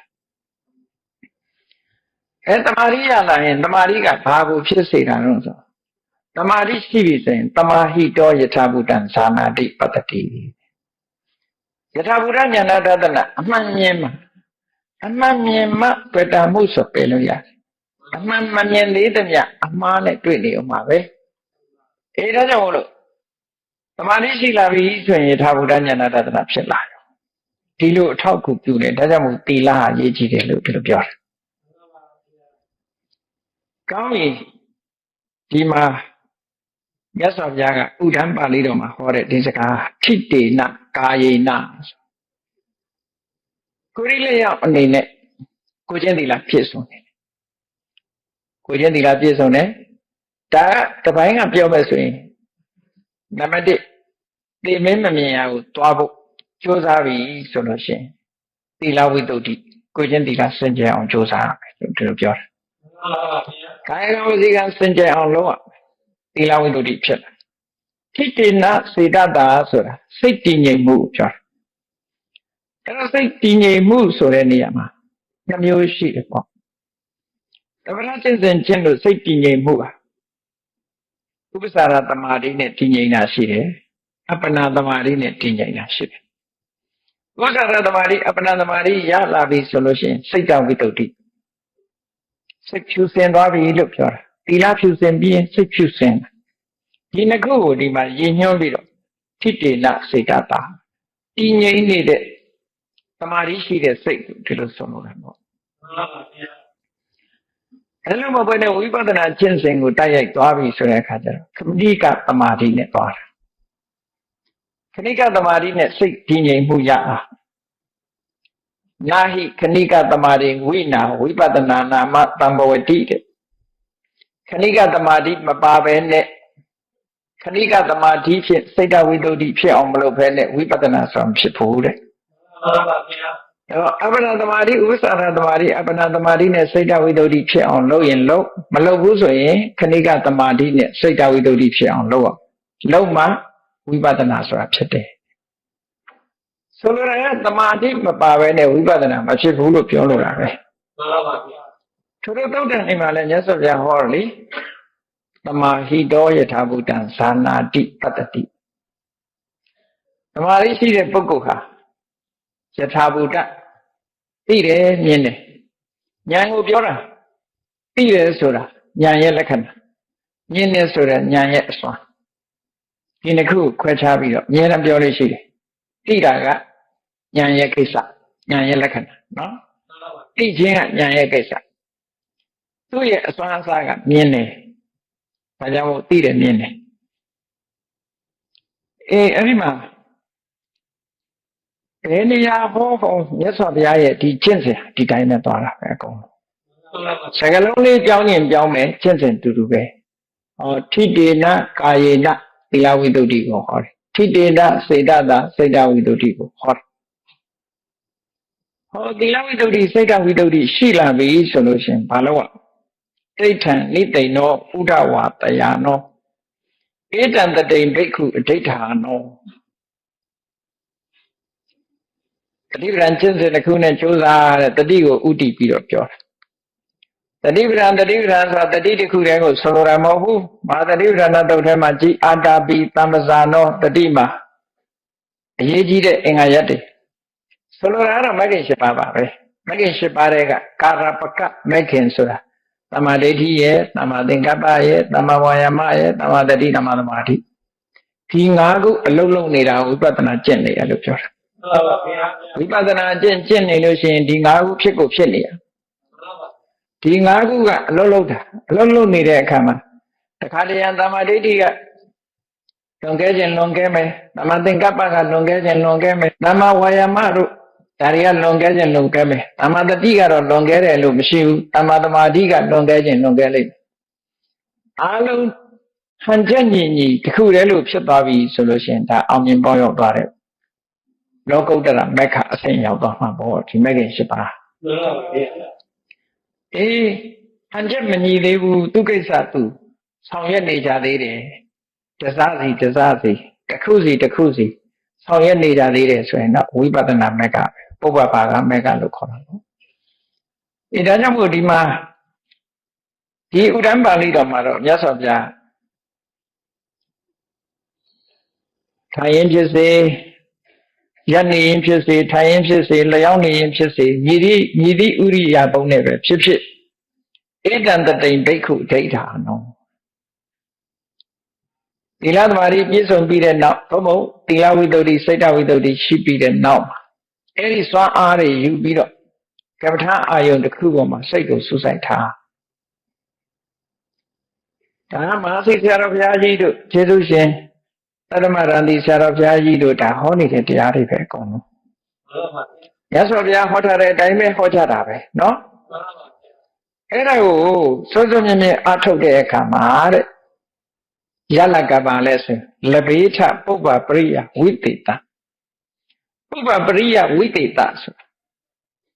သမထကျင့်စဉ်တစ်ခုကိုကျင့်မယ်ဆိုလို့ရှိရင်ကြည့်စတင်ပြီးတော့ကျင့်လိုက်တဲ့အချိန်ကတမာတိလေးရလာသီလဝိတ္တုဖြစ်လာတယ်ဥစ္စာရတမာတိရတယ်အဲ့ဒီကနေဆင့်တက်လာတဲ့အခါပထမဇန်ဒုတိယဇန်တတိယဇန်နောက်ဆုံးမှာနေဝတင်ညာနောက်တင်ညာရဏဇန်လို့ဆိုတဲ့အဆင့်မြင့်တဲ့ဇန်ဖြစ်အောင်ရောက်သွားတယ်ဒါပုပ္ပပရိယဝိသေသပဲရှေးကတဲ့နောက်ဟာထူးလာအဆင့်ဆင့်တက်လာရှေးကထူးတဲ့တရားတဲ့နောက်ကထူးတယ်ပထမဇန်နဲ့ဒုတိယဇန်ကထူးတယ်ဒုတိယဇန်နဲ့တတိယဇန်ကမြင့်လာတယ်ထူးခြားတယ်တတိယဇန်နဲ့သုဒ္ဓဇန်ကမြင့်လာဒီလိုပုပ္ပပရိယဆိုရှေ့နောက်မတူတော့အဲ့ဒါလို့မဟုတ်ဘဲနဲ့ဝိပဿနာကျင့်စဉ်နဲ့သွားမယ်ဆိုလို့ရှိရင်နာမရူပပြိစေရညာအနေတက်လာပထမနာမရူပပြိစေရညာရအဲ့ဒီနောက်ကျတော့ပစ္စယပရိက္ခအကြောင်းဥပါတွဲဖက်သိလာအဲ့ဒီနောက်ကျတော့မမြဲတဲ့သဘောတွေတာမညလက္ခဏာလို့ဆိုတဲ့အိဋ္ဌဒုက္ခအနတ္တဆင်ញင်သုံးသပ်နိုင်တဲ့စွမ်းရည်တစ်ခုရလာထူးလာအဲ့ဒီကနေတဆင့်တက်တော့ပစ္စုပန်ဆတ်ဆတ်မှာဖြစ်မှုပြမှုကိုရှုမြင်သုံးသပ်နိုင်တဲ့ဥရိယပြညာရအဲ့ဒီကနေတဆင့်တက်လာတဲ့အခါကျတော့ပြမှုပေါ့ခြုံမိငုံမိသိသွားတဲ့ပင်ကညာအနိစ္စရဲ့စွမ်းကိုပင်ကောအနိစ္စတယပရမကောတိတဲ့နောက်ဆုံးဆင့်ရောက်အဲ့ဒီကနေပြီးတော့ဉာဏ်ဉာဏ်လေးတွေ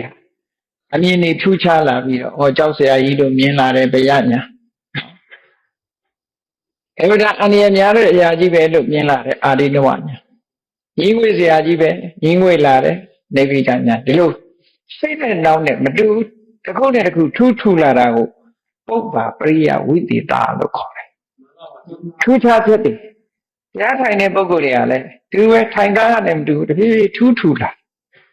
ထူးခြားတဲ့အတွေ့လေးတွေတွေ့လာတယ်လို့မြတ်စွာဘုရားကတကယ်တတိနဲ့ကျင့်ကြံကြုတ်ကိုအားထုတ်မယ်ဆိုရင်လဘေထပုပ္ပပရိယဝိသေသဒါရလာနိုင်တယ်တဲ့လတ္ထာနပုပ္ပပရိယဝိသေသနောက်ဆုံးမှာဝိပဿနာဉာဏ်ရင့်တန်လို့ယုတ်တရားနာတရားတွေပေါ်မှာဒီအသိဉာဏ်နဲ့လက်လျှရှုပြီးတော့မဂ္ဂင်၈ပါးရဲ့စွမ်းအားတွေတခုတည်းလို့စွမ်းဆောင်နိုင်သွားပြီဆိုရင်ဝိပဿနာဉာဏ်ကနေပြီးတော့မဉဏ်ထီအောင်ဖြစ်ပေါ်လိုက်စေတယ်ပေါ့မဉဏ်ဆိုတာအားထုတ်ရတဲ့အရာမဟုတ်ဘူးအားထုတ်ရတာကဝိပဿနာပုပ္ပဘာကမက်ကိုသာအားထုတ်ရအဲ့ဒါကြောင့်ပုပ္ပဘာကမက်ကိုညာယတ္တအဓိကမာယဒါလို့ဆိုလိုတာညာယဆိုတဲ့နိဗ္ဗာန်လမ်းကြောင်းကိုရောက်တဲ့အခါမှာနိဗ္ဗာန်တ္တသစ္စိကရိယာမက်ဆေ့ပေါ်လာပြီမက်ကမက်ဆေ့ဆိုတာကမက်ဆိုတာကဒီရှိခုအပေါင်းကိုခေါ်တာ unity of eight factor 8 in 1ပေါ့ခုခေတ်လို့ပြောခြင်းဒီရှိခုကိုတစ်ခုတည်းလောက်ထားတာရှိခုကစွမ်းအားတွေညီသွားတဲ့အခါကျတစ်ခုတည်းလို့ဖြစ်သွားတယ်အဲ့ဒါကိုမက်ကသူ့ရဲ့စွမ်းဆောင်မှုကသုံးမှုရှိတယ်ဒါကတမောဟဝိနောရဏိထက္ကထာမှာမက်ကသစ္စာနဲ့ပတ်သက်ပြီးတော့ဖွင့်ထားတာလေအထက်ကရာဆရာကြီးတွေကအင်တာနက်အစီအစဉ်ကြတယ်သူတို့ဖွင့်မှာမှန်မှန်ဖွင့်တာမဟုတ်ဘူးပရမဒီမက်ကကိုဘယ်လိုဖွင့်လိုက်တော့ဆိုနိဗ္ဗာန်နတ္ထိကေဟိမက္ခိယတိမက္ခိယတိတိမက်ခေါ်တယ်မဂ္ဂင်၈ပါးတင်တရားကိုနိဗ္ဗာန်လိုချင်ရအောင်လို့ရှာခိုင်းဒါကိုရှာတဲ့နိဗ္ဗာန်ချမ်းသာရပါလို့ဤလိုတင်ဆူတောင်းမနေနဲ့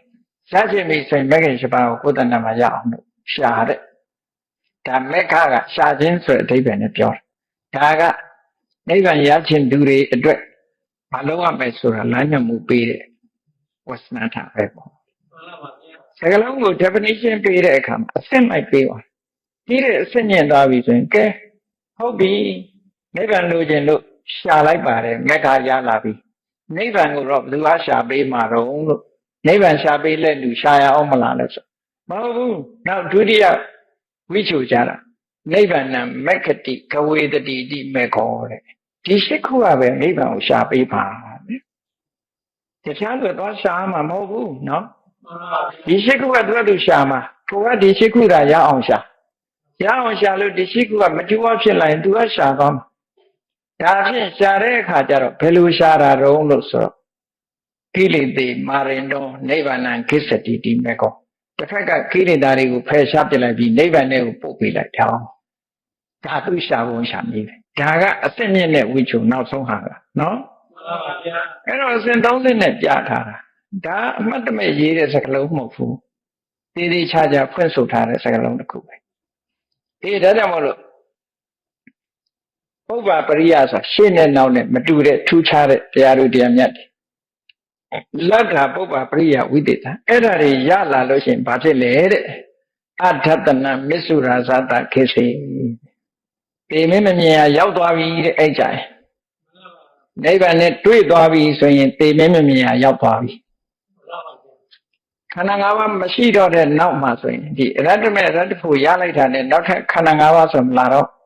မလာရင်ဒီမင်းမလာတော့ဘူးပေါ့ခန္ဓာလာနေရင်ဒီမင်းလာအောင်မှာပဲလေခန္ဓာဆိုဒီမင်းခေါ်တာဒီလိုသက္ကုဏကပတိယယဟန္တာမထေရနဲ့ပတ်သက်ပြီးတော့မြတ်စွာဘုရားကျင့်စဉ်တစ်ခုဖော်ထုတ်ပြီးတော့ဟောထားတာရှိတယ်ဟောဒီကနောက်တစ်ခါဒါတော့ဝိပဿနာကျင့်စဉ်နေဒါအကျဉ်းချင်းဟောတာအသေးစိတ်ကတော့ဆရာတော်ဘုရားကြီးတွေဟောထားတဲ့အတိုင်းကျင့်ဖို့ပဲလိုတာပဲနော်ကျင့်ဖို့ပဲလိုတာမြတ်စွာဘုရားကခြုံငုံပြီးတော့ဟောထားတာနောက်တဲ့ဒေသနာတော့ရှိသေးတယ်ပါလဲလို့ဆိုရင်သိမင်းမမြင်အောင်မလုပ်ရသိမင်းမမြင်ရကိုသွားတယ်ဘယ်လိုပုဂ္ဂိုလ်မျိုးကိုသိမင်းကမမြင်တာတော့လို့ဒီလိုဆိုတာပေါ့သိမင်းမမြင်နိုင်တဲ့ပုဂ္ဂိုလ်ကဘယ်လိုပုဂ္ဂိုလ်မျိုးလဲဘယ်လိုကျင့်တဲ့ပုဂ္ဂိုလ်မျိုးဟာသိမင်းမမြင်နိုင်ဘူးလေဆိုအဲ့ဒီမှာပါရဏဝဲမှာဒီမောဂရာဇကိုဟောထားတဲ့ဒေသနာတစ်ခုရှိတယ်သုံးညတော်လောကအဝက္ခတုလောကနဲ့ပြောနေတာတခြားပြောတာမဟုတ်ခန္ဓာကိုပြောတာမှန်ပါဗျာအာယတနာကိုပြောတာဓာတ်ကိုပြောတာဘာနဲ့ပဲပြောခန္ဓာနဲ့ပြောရင်လည်းပြီးတယ်အာယတနာနဲ့ပြောလည်းပြီးတယ်ဓာတ်နဲ့ပြောလည်းပြီးတယ်နော်မှန်ပါဗျာအဲ့တော့လောကဆိုတာခန္ဓာကိုပြောတာအဲ့ဒီခန္ဓာကိုတဲ့တုံညလို့ရှုနိုင်ရမယ်ဒါနဲ့ခန္ဓာကိုတုံညလို့ရှုတယ်ဆိုတာခန္ဓာမရှိဘူးလို့ရှုခိုင်းတာလားလို့ဆိုမဟုတ်ဘူးခန္ဓာထဲမှာငါရဲ့ငါဟာရဲ့မရှိတာပြောတာမှန်ပါဗျာခန္ဓာ၅ပါးတော့ရှိတာပေါ့ခန္ဓာ၅ပါးထဲမှာငါမရှိဘူးငါဟာမရှိဘူးလူတွေကလုံးတယ်လေအဟမမငါရဲ့ငါဟာရဲ့ခန္ဓာ၅ပါးကိုပဲကြည့်ပြီးငါလို့လည်းပြောတယ်ငါဟာလို့လည်းပြောတယ်နော်အဟံလို့ပြောတာဆွဲလန်းတစ်ခုအနေနဲ့ဒီနေရာမှာအဟံလို့ပြောတာဟာဒီအဟံကာရမမံကာရမာနာနုတ္တရာလို့ဆွဲနေရမှာအထက်ကရာမှာအဖွင့်နှစ်ခုရှိနေတယ်ဘုန်းကြီးတို့သဘောချအရာပြောရမယ်ဆိုရင်အဟံကာရကိုဒိဋ္ဌိလို့ပဲယူချင်မမံကာရတဏှာမာနာနုတ္တရာကတတ္တမာနကိုခေါ်တာသို့တော့တချို့ထက်ကရာမှာအဟံကာရကိုမာနလို့ဖွင့်တယ်မမံကာရကိုတဏှာလို့ဖွင့်တယ်မမံကာရနဲ့ပြောเสียအကြောင်းမရှိဘူးအဟံကာရမာနဖွင့်တာရှိတယ်ဒိဋ္ဌိဖွင့်တာရှိတယ်နောက်ကမြတ်စွာဘုရားသုံးတဲ့စကားလုံးကအဟံကာရမမံကာရမာနာနုတ္တရာလို့ဆိုတဲ့စကားကိုကြည့်မာနကိုတိုက်ရိုက်ဟောထားတာဖြစ်သောကြောင့်အဟံကာရကိုဒိဋ္ဌိလို့ဖွင့်တာပို့ပြီးတဘာဝကြတယ်လို့ဒီလိုဆိုဘာလို့လဲဆိုတော့အဟံဆိုတာဘာကိုပြောတာလဲဆိုအတ္တကိုပြောတာဒီနေရာမမဆိုတာဘာကိုပြောတာလဲဆိုအတ္တနိယကိုပြောတာ အတ္တနဲ့အတ္တနိယဒီနှစ်ခုကိုညင်းကွယ်တာပဲနော်အဲ့ဒါကိုပဲမြတ်စွာဘုရားတစ်ခါတစ်ခါဟောတာအဟံမမံဒီနှစ်ခုပဲသုံးတယ်မြဲတယ်ငါဆိုတာမရှိဘူးငါဟာမရှိဘူးငါမှမရှိရင်ငါဟာပဲရှိမယ်လေငါရှိမှငါဟာရှိလို့ရတော့မှာပေါ့နော်အဲ့တော့ခန္ဓာ၅ပါးနဲ့ကြည့်ရင်ခန္ဓာ၅ပါးခန္ဓာ၅ပါးပဲငါမဟုတ်ဘူးငါမဟုတ်ရင်ခန္ဓာ၅ပါးတဲ့တခုငါဟာလည်းမဟုတ်ဘူးအဲ့ဒါလို့ငါဟာဆိုတဲ့အထင်အမြင်တွေဟာစိတ်တုံးနေလို့ခန္ဓာ၅ပါးကိုတုံညလို့ရှုပါလို့ဒီလိုပြောတာတုံညတလောကတုံမှာရှင်အနန္ဒာကိုမြတ်စွာဘုရားဟောတာရှိတယ်တုံညောလောကောတုံညောလောကောဆိုတဲ့မိဂောနဲ့ပတ်သက်ပြီးတော့စက္ခုတုံညံအတ္တေနဝါအတ္တနိယေနဝါဒီလိုပဲဟောတယ်နော်အဲ့တော့စက္ခုတုံညံအတ္တေနဝါအတ္တနိယေနဝါဆိုမျက်လုံးကိုမရှိဘူးပြောတာမဟုတ်မျက်လုံးဟာကင်းစိတ်နေတယ်ဘာနဲ့ကင်းစိတ်တာတော့ဆိုအတ္တမှကင်းစိတ်တယ်အတ္တရဲ့ပိုင်ဆိုင်မှုကကင်းစိတ်တယ်အိမ်ကြီးထဲမှာလူမရှိရင်အိမ်တော့ရှိတာပေါ့လူမရှိဘူးပြောတာလေတုံညခေဟာလူမရှိတာကိုပြောတာအိမ်မရှိတာကိုပြောတာသို့တော့ဘုရားဘာသာနောက်ပိုင်းမှာ dialectic အနေနဲ့လေ့လာတဲ့နာဂချုဏဆိုတဲ့ဘုန်းကြီးတစ်ပါးပေါ်ခဲ့ဘူးလေအိန္ဒိယနိုင်ငံနာလန္ဒတက္ကသိုလ်မှာရှေးတော့နာလန္ဒတက္ကသိုလ်နော်သူကစာအုပ်တို့ရေးတယ်ဘာရေးတော့ဆိုမတ္တယာမိက philosophy ဆိုစာအုပ်တို့မတ္တယာမိကကာရိကာမတ္တယာမိကဆိုမစ္စည်းမိကဆိုမစ္စည်းမပฏิပဒါပြော central philosophy အလယ်လက်ကနေပြောတယ်ဆိုတာသူကတော့ဘာလို့ဆိုတပ်ပံသုံးညာ all are empty ဘာမှမရှိဘူးလို့သူကပြောသူပြောတဲ့ဟာဘာမှမရှိဘူးဆိုရုပ်လည်းမရှိဘူးဝေဒနာလည်းမရှိဘူးသင်ညာလည်းသင်္ခါရလည်းမရှိဘူးဆိုအထိပ္ပယ်ရောက်သွားတယ်ဘာမှမရှိဘူးဆိုသူ့ဝါဒလည်းမရှိဘူးလို့ပြောရမှာပဲဒါအဲ့တော့သူကတော့ဖြေရှင်းတယ်သူကအလုံးက negative ပဲ dialectic လို့ခေါ်တာသူစဖွင့်ကြတဲ့က8 negative နဲ့ဖွင့်လာတာအဲ့ဒီကျန်ကနားလဲဖို့အမှန်တမ်းခက်တယ်အဖြေမှမထုတ်တာအဖြေမထုတ်တော့ဘုန်းကြီးတို့အဲ့ကျန်ကိုတင်တဲ့အခါမှာဟိုတောင်ချဆိုင်တော့ဘာအဖြေထုတ်မှာဘာမှအဖြေထုတ်လို့မရတော့ဘာပြောချင်တာတော့ဆိုတာကိုခက်တယ်နားလဲဖို့သူအဖြေပေးတာမဟုတ်ဘူးအကုန်ညင်းတာလေသူအနေနဲ့ပြောမယ်ဆိုလို့ရှိရင်တော့ဆိုလိုတာကသူကပရိစ္ဆေသမုပ္ပါဒ်ကိုသူပြောတာပါတဲ့သားနဲ့အဖလို့ပါပဲတဲ့သားနဲ့အဖဆိုတာဘာလဲလို့ဆိုတဲ့အခါမှာသားနဲ့အဖဆိုတာနှစ်ယောက်ရှိမှသားလို့ခေါ်လို့ရတယ်အဖလို့ခေါ်လို့ရတယ်တယောက်တည်းနဲ့သားဆိုတာမရှိဘူးတယောက်တည်းနဲ့အဖဆိုတာမရှိနိုင်ဘူးလေအဖေမရှိဘဲနဲ့လည်းလို့သားဖြစ်သားမရှိဘဲနဲ့လည်းဘယ်လိုလုပ်သူ့အဖေခေါ်ဆိုလိုတာအဲ့ဒါလို့ဆိုတာတစ်ခုနဲ့တစ်ခုကမိတီးပြီးတော့နေတော့တစ်ခုမရှိရင်နောက်တစ်ခုမရှိဘူးအဲ့ဒါကိုတုံညာလို့သူကပြောတယ်အကြောင်းမရှိရင်အကျိုးမရှိနိုင်ဘူးလေအကျိုးမှမရှိရင်လည်းအကြောင်းဆိုတာမရှိပြန်ဘူးသူကတစ်ခုမရှိရင်တစ်ခုမရှိဘူးနှစ်ခုပြိုင်လို့ရှိမှရှိတယ်လို့ပြောပြီးတော့သူကတစ်ခုဖယ်လိုက်ရင်နောက်တစ်ခုမရှိတော့ဘူးဆိုတာကိုရည်ညွှန်းပြီးတော့သူပြောတယ်လို့ဆိုတာသူတည်းကလည်းတော်တော်ထူးထူးဆန်းဆန်းရှိတယ်တဏှာနဲ့နိဗ္ဗာန်အတူတူပဲလို့ပြောတာသူပဲအဲ့တော့ကောင်းပြီထားတော့ဒီမှာသုံးညတောလောကအဝိခတ်တုဆိုတာခန္ဓာ၅ပါးထဲမှာငါဆိုတာမရှိဘူးငါဟာဆိုတာမရှိဘူးလို့မြင်နိုင်ရမယ်ဒါအနတ္တကိုရှုခိုင်းတာပေါ့နော်အဲ့လိုအနတ္တတတိကြီးစွာထားပြီးတော့အဲ့လိုရှုတဲ့အခါဘာကိုဖယ်ရှားနိုင်တော့ဆိုအတ္တနုဒိဋ္ဌိဆိုတာဖယ်ရှားနိုင်တယ်အတ္တဆိုတဲ့အမြင်ကိုဖယ်ရှားနိုင်တယ်ငါဆိုတဲ့အတွေးကိုဖယ်ရှားနိုင်တယ်ငါဆိုတဲ့အတွေးဖယ်ရှားလိုက်တာနဲ့ငါဟာဆိုတာမရှိတော့ဘူးလေဒါကြောင့်မို့ဒိဋ္ဌိနဲ့တဏှာကသူကတွဲဖက်ပြီးတော့နေတာပို့ပြီးတော့ခေါင်းမာတာကတဏှာပို့ခေါင်းမာနော်အဲ့တော့ဥပါဒံတရားနှစ်ပါးထဲမှာတဏှာပစ္စယဥပါဒနာဆိုတဏှာရဲ့နေကတဏှာထဲမှာလည်းသူပါတယ်ဥပါဒံထဲမှာလည်းသူကပါတယ်တဏှာကိုတဏှာလို့လည်းခေါ်တယ်ဥပါဒံလို့လည်းခေါ်တယ်ဖြစ်ခါသာတဏှာကိုဒီလိုခွဲကြတာပေါ့နော်အစိတိတ်ပြီးတော့အစိမရသေးတဲ့တဏှာကိုတဏှာလို့ခေါ်ပြီးတော့အရှိန်ရလို့ဆက်ဆုပ်ထားတဲ့တဏှာကြတော့ဥပါဒံလို့ခေါ်ပြန်ဒိဋ္ဌိကြတော့ဒိဋ္ဌိနဲ့ဥပါဒံလို့ဒီလိုမခွဲတော့ဘူး ဒိဋ္ဌိကဖြစ်ချင်းဥပါဒာမဲ့သူဟာဥပါဒနာလို့ပြောတာဒိဋ္ဌိကြတော့ဟုတ်လားအားပြောတဲ့ဒိဋ္ဌိကိုဒိဋ္ဌိလို့ခေါ်ပြီးတော့အားကောင်းတဲ့ဒိဋ္ဌိကြမှာဒိဋ္ဌိလို့ဥပါဒံလို့ခေါ်တာမဟုတ်ဘူးဒါကြောင့်မို့လို့ဒီဆွဲလန်းမှုဆိုတဲ့နေရာမှာအမြင်မှားနဲ့ဆွဲလန်းတာရှိတယ်အတွေ့အတာနဲ့ဆွဲလန်းတာရှိတယ်ပေါ့အဲ့ဒီအတွေ့အတာနဲ့ဆွဲလန်းမှုကအမှန်တမ်းကြီးမားတယ်လို့ဒီလိုပြောအဲ့ဒါကြောင့်မို့လို့ဒိဋ္ဌိကိုရှင်းလိုက်ပြီးစဉ်သူကအများကြီးတက်တာသွားအတ္တနုဒိဋ္ဌိကိုရှင်းလိုက်တယ်အဲ့ဒါလို့ရှင်းလိုက်တာနဲ့တကြိုင်နဲ့မျက်စုတရောတဲ့သိခြင်းတရားကိုဖြတ်ကျော်နိုင်သွားပြီ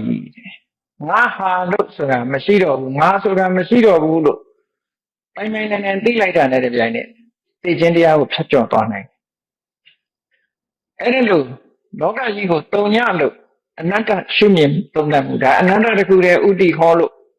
ဒီမောဂရာဇဆိုတဲ့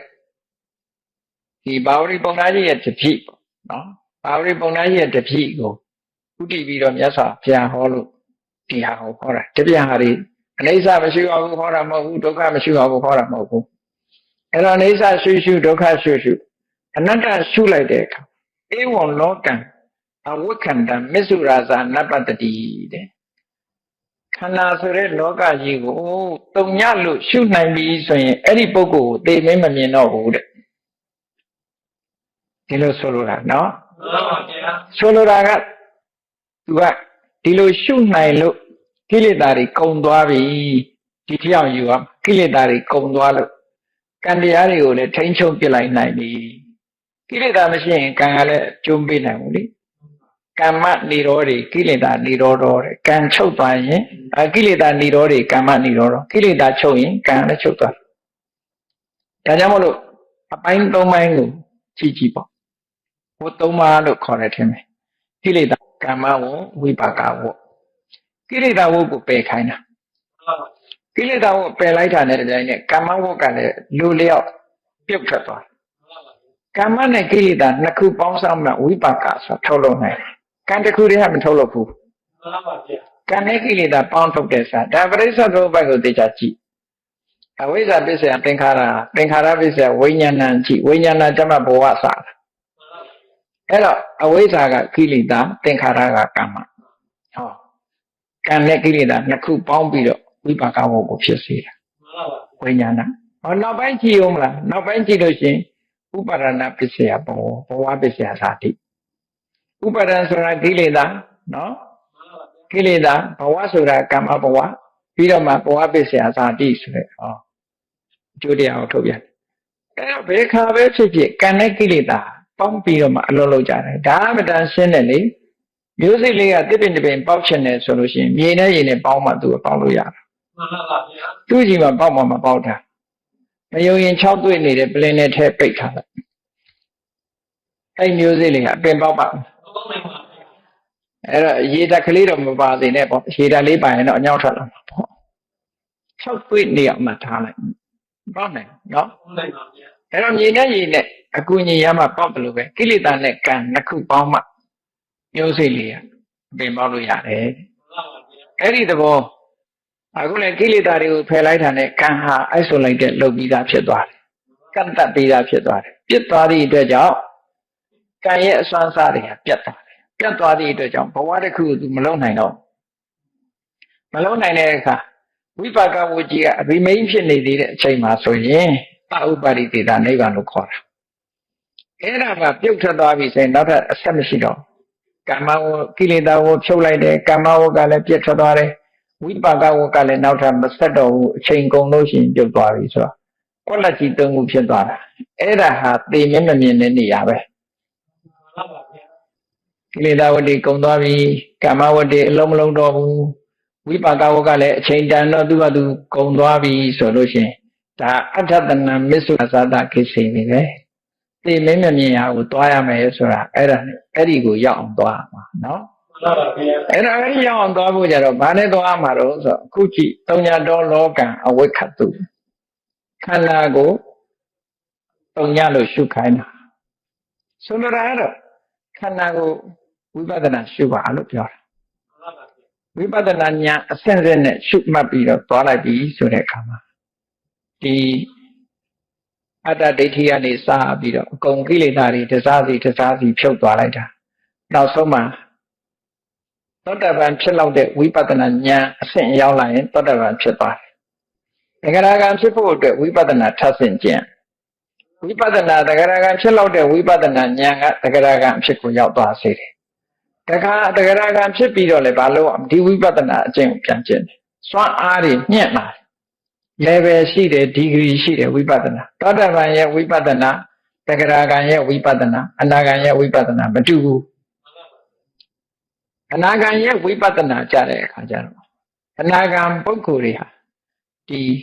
ဓမ္မရာဂဓမ္မနန္ဒီလို့ခေါ်တဲ့ဒီဝိပဿနာအပေါ်မှာတွေ့တာမှုလေးရှိနေသေးတယ်သူရထားတဲ့တရားတို့တရားမြတ်လေးပေါ်မှာအတွေ့အတာလေးရှိနေသေးရင်ဓမ္မရာဂဓမ္မနန္ဒီပဲသူဟာယဟန္တာဖြစ်ဖို့ဝိပဿနာအဆင့်ကိုမရောက်နိုင်တဲ့အတွက်ကြောင့်ယဟန္တာမဖြစ်နိုင်သေးဘူးအဲ့ဒီအတွေ့အတာကိုဖြတ်ပြီးတော့အနာဂံပုဂ္ဂိုလ်ကဝိပဿနာအဆင့်မြင့်လိုက်ပြီဆိုလို့ရှိရင်ရတ္တမေရတ္တဖို့ဆိုပေါ်သွားပြီအဲ့ဒီရတ္တမေရပြီဆိုတဲ့အခါမှာရတ္တမေနဲ့ကိလေသာတွေအကုန်ဖယ်ရှားပြလိုက်တော့ကိလေသာဝုတ်ကကျွတ်ထွက်သွားပြီကိလေသာဝုတ်ကကျွတ်ထွက်သွားသည့်အတွက်ကြောင့်ကာမဝတ္တွေကအလုံးလုံးလို့မရတော့ဘူးမရတဲ့အခါဝိပါကဝရိမိတ်ရှိနေသေးသမျှကာလပတ်လုံးတဥပါတိတေတာနိဗ္ဗာန်ဒီဝိပါကဝပကုန်သွားပြီဆိုရင်အနုပါတိတေတာနိဗ္ဗာန်လို့ဆိုရင်ရောက်တဲ့အချိန်မှာသိမင်းမမြင်တဲ့နေရာရောက်သွားပြီလို့ဒီလိုပြောရမှာပေါ့မှန်ပါဗျာဒါကြောင့်မို့အဲ့လိုကျင့်တဲ့ပုဂ္ဂိုလ်ဝိပဿနာကျင့်စဉ်ကျင့်ပြီးတော့ရှုမြင်နိုင်တဲ့ပုဂ္ဂိုလ်မျိုးမစ္ဆုရာဇာနပ္ပတ္တိသိမင်းကရှံပတွေးတဲ့ပုဂ္ဂိုလ်မျိုးဖြစ်တယ်တဲ့ဒီလိုဟောတာနော်မှန်ပါဗျာဓမ္မပဒမှာဟောထားတဲ့ဒေသနာတော်တွေလည်းဒါပဲခေနုပမံကာယမိမံဝိရိတဝမရစီဓမ္မအဘိတံဗုဒ္ဓနောဒါကခန္ဓာတွေနဲ့ပတ်သက်ပြီးတဦးနဲ့တဦးရှုမြင်သုံးသပ်ပုံလေးတွေမတူတာကိုပြောတာဘယ်လိုဝိပဿနာဉာဏ်အမြင်နဲ့ပဲမြင်နောက်ဆုံးကတော့ကိလေသာဖယ်တာပါပဲတခါယထာပုဂ္ဂုလကံပတ္တိယထာပတ္တိမရိစိကံဧဝံလောကံအဝိခန္တံမစ္ဆုရာဇာနပတ္တိတို့ပုဂ္ဂိုလ်အလိုက်မြတ်စွာဘုရားကသိမင်းမမြင်နိုင်တဲ့ပုဂ္ဂိုလ်တွေအကြောင်းကိုရှင်းပြတာအကျဉ်းချုပ်ပြောရမယ်ဆိုရင်သိမင်းမမြင်တဲ့ပုဂ္ဂိုလ်ဟာဝိပဿနာကျင့်စဉ်ကိုကျင့်လို့နောက်ဆုံးမှာမဖို့အစဉ်ရလို့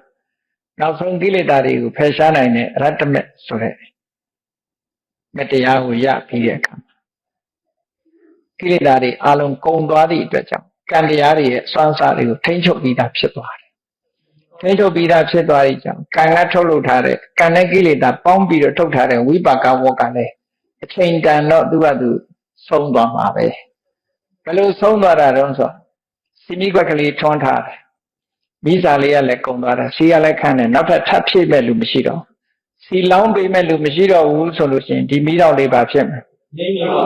ငြိမ့်ဖို့ပဲရှိတော့တာပေါ့ငြိမ့်သွားပြီဆိုရင်သိမင်းမမြင်တော့ဘူးလို့ဒီလိုပြောတာနော်အဲ့ဒီလိုအကျင့်တရားကိုကျင့်ကြံကြိုးကုပ်အားထုတ်မှသိမင်းမမြင်ရရောက်မယ်လို့ကိုစီသဘောကြပြီဘုရားမြတ်စွာဟောကြားတော်မူခဲ့တဲ့ဒေသနာတော်အတိုင်းတို့တွေဟာသိမင်းမမြင်ရအယတ်သို့သွားရောက်ကြမှာဖြစ်တယ်အကယ်၍မသွားရောက်နိုင်သေးလို့ရှိရင်တော့အဖန်တလဲတဲ့သိခြင်းဆိုတာတွေနဲ့ရင်ဆိုင်တွေ့ကြရမှာဖြစ်တယ်ဒါကြောင့်မို့သိမင်းမမြင်ရအယတ်ကိုသွားဖို့ရအတွက်သီလသမာဓိသီလဝိတ္တုစိတ်ဝိတ္တုတွေကိုအခြေခံပြီးတော့နောက်ဆုံးမှာဝိပဿနာကျင့်စဉ်ကျင့်လို့ဝိတ္တုအစဉ်စဉ်တက်သွားပြီးတော့နောက်ဆုံးမှာရတ္တမေရတ္တဖို့ဆိုတဲ့အစွမ်းထက်တဲ့ဒီတရားမြတ်တွေရမှသာဖြင့်သိမင်းမမြင်တဲ့အရက်ကိုရောက်နိုင်မှာဖြစ်တယ်လို့ကိုစီသဘောကျပြီးချင့်ကြံကြိုးကုပ်အားထုတ်တော်မူနိုင်ကြပါစေကုန်သတည်း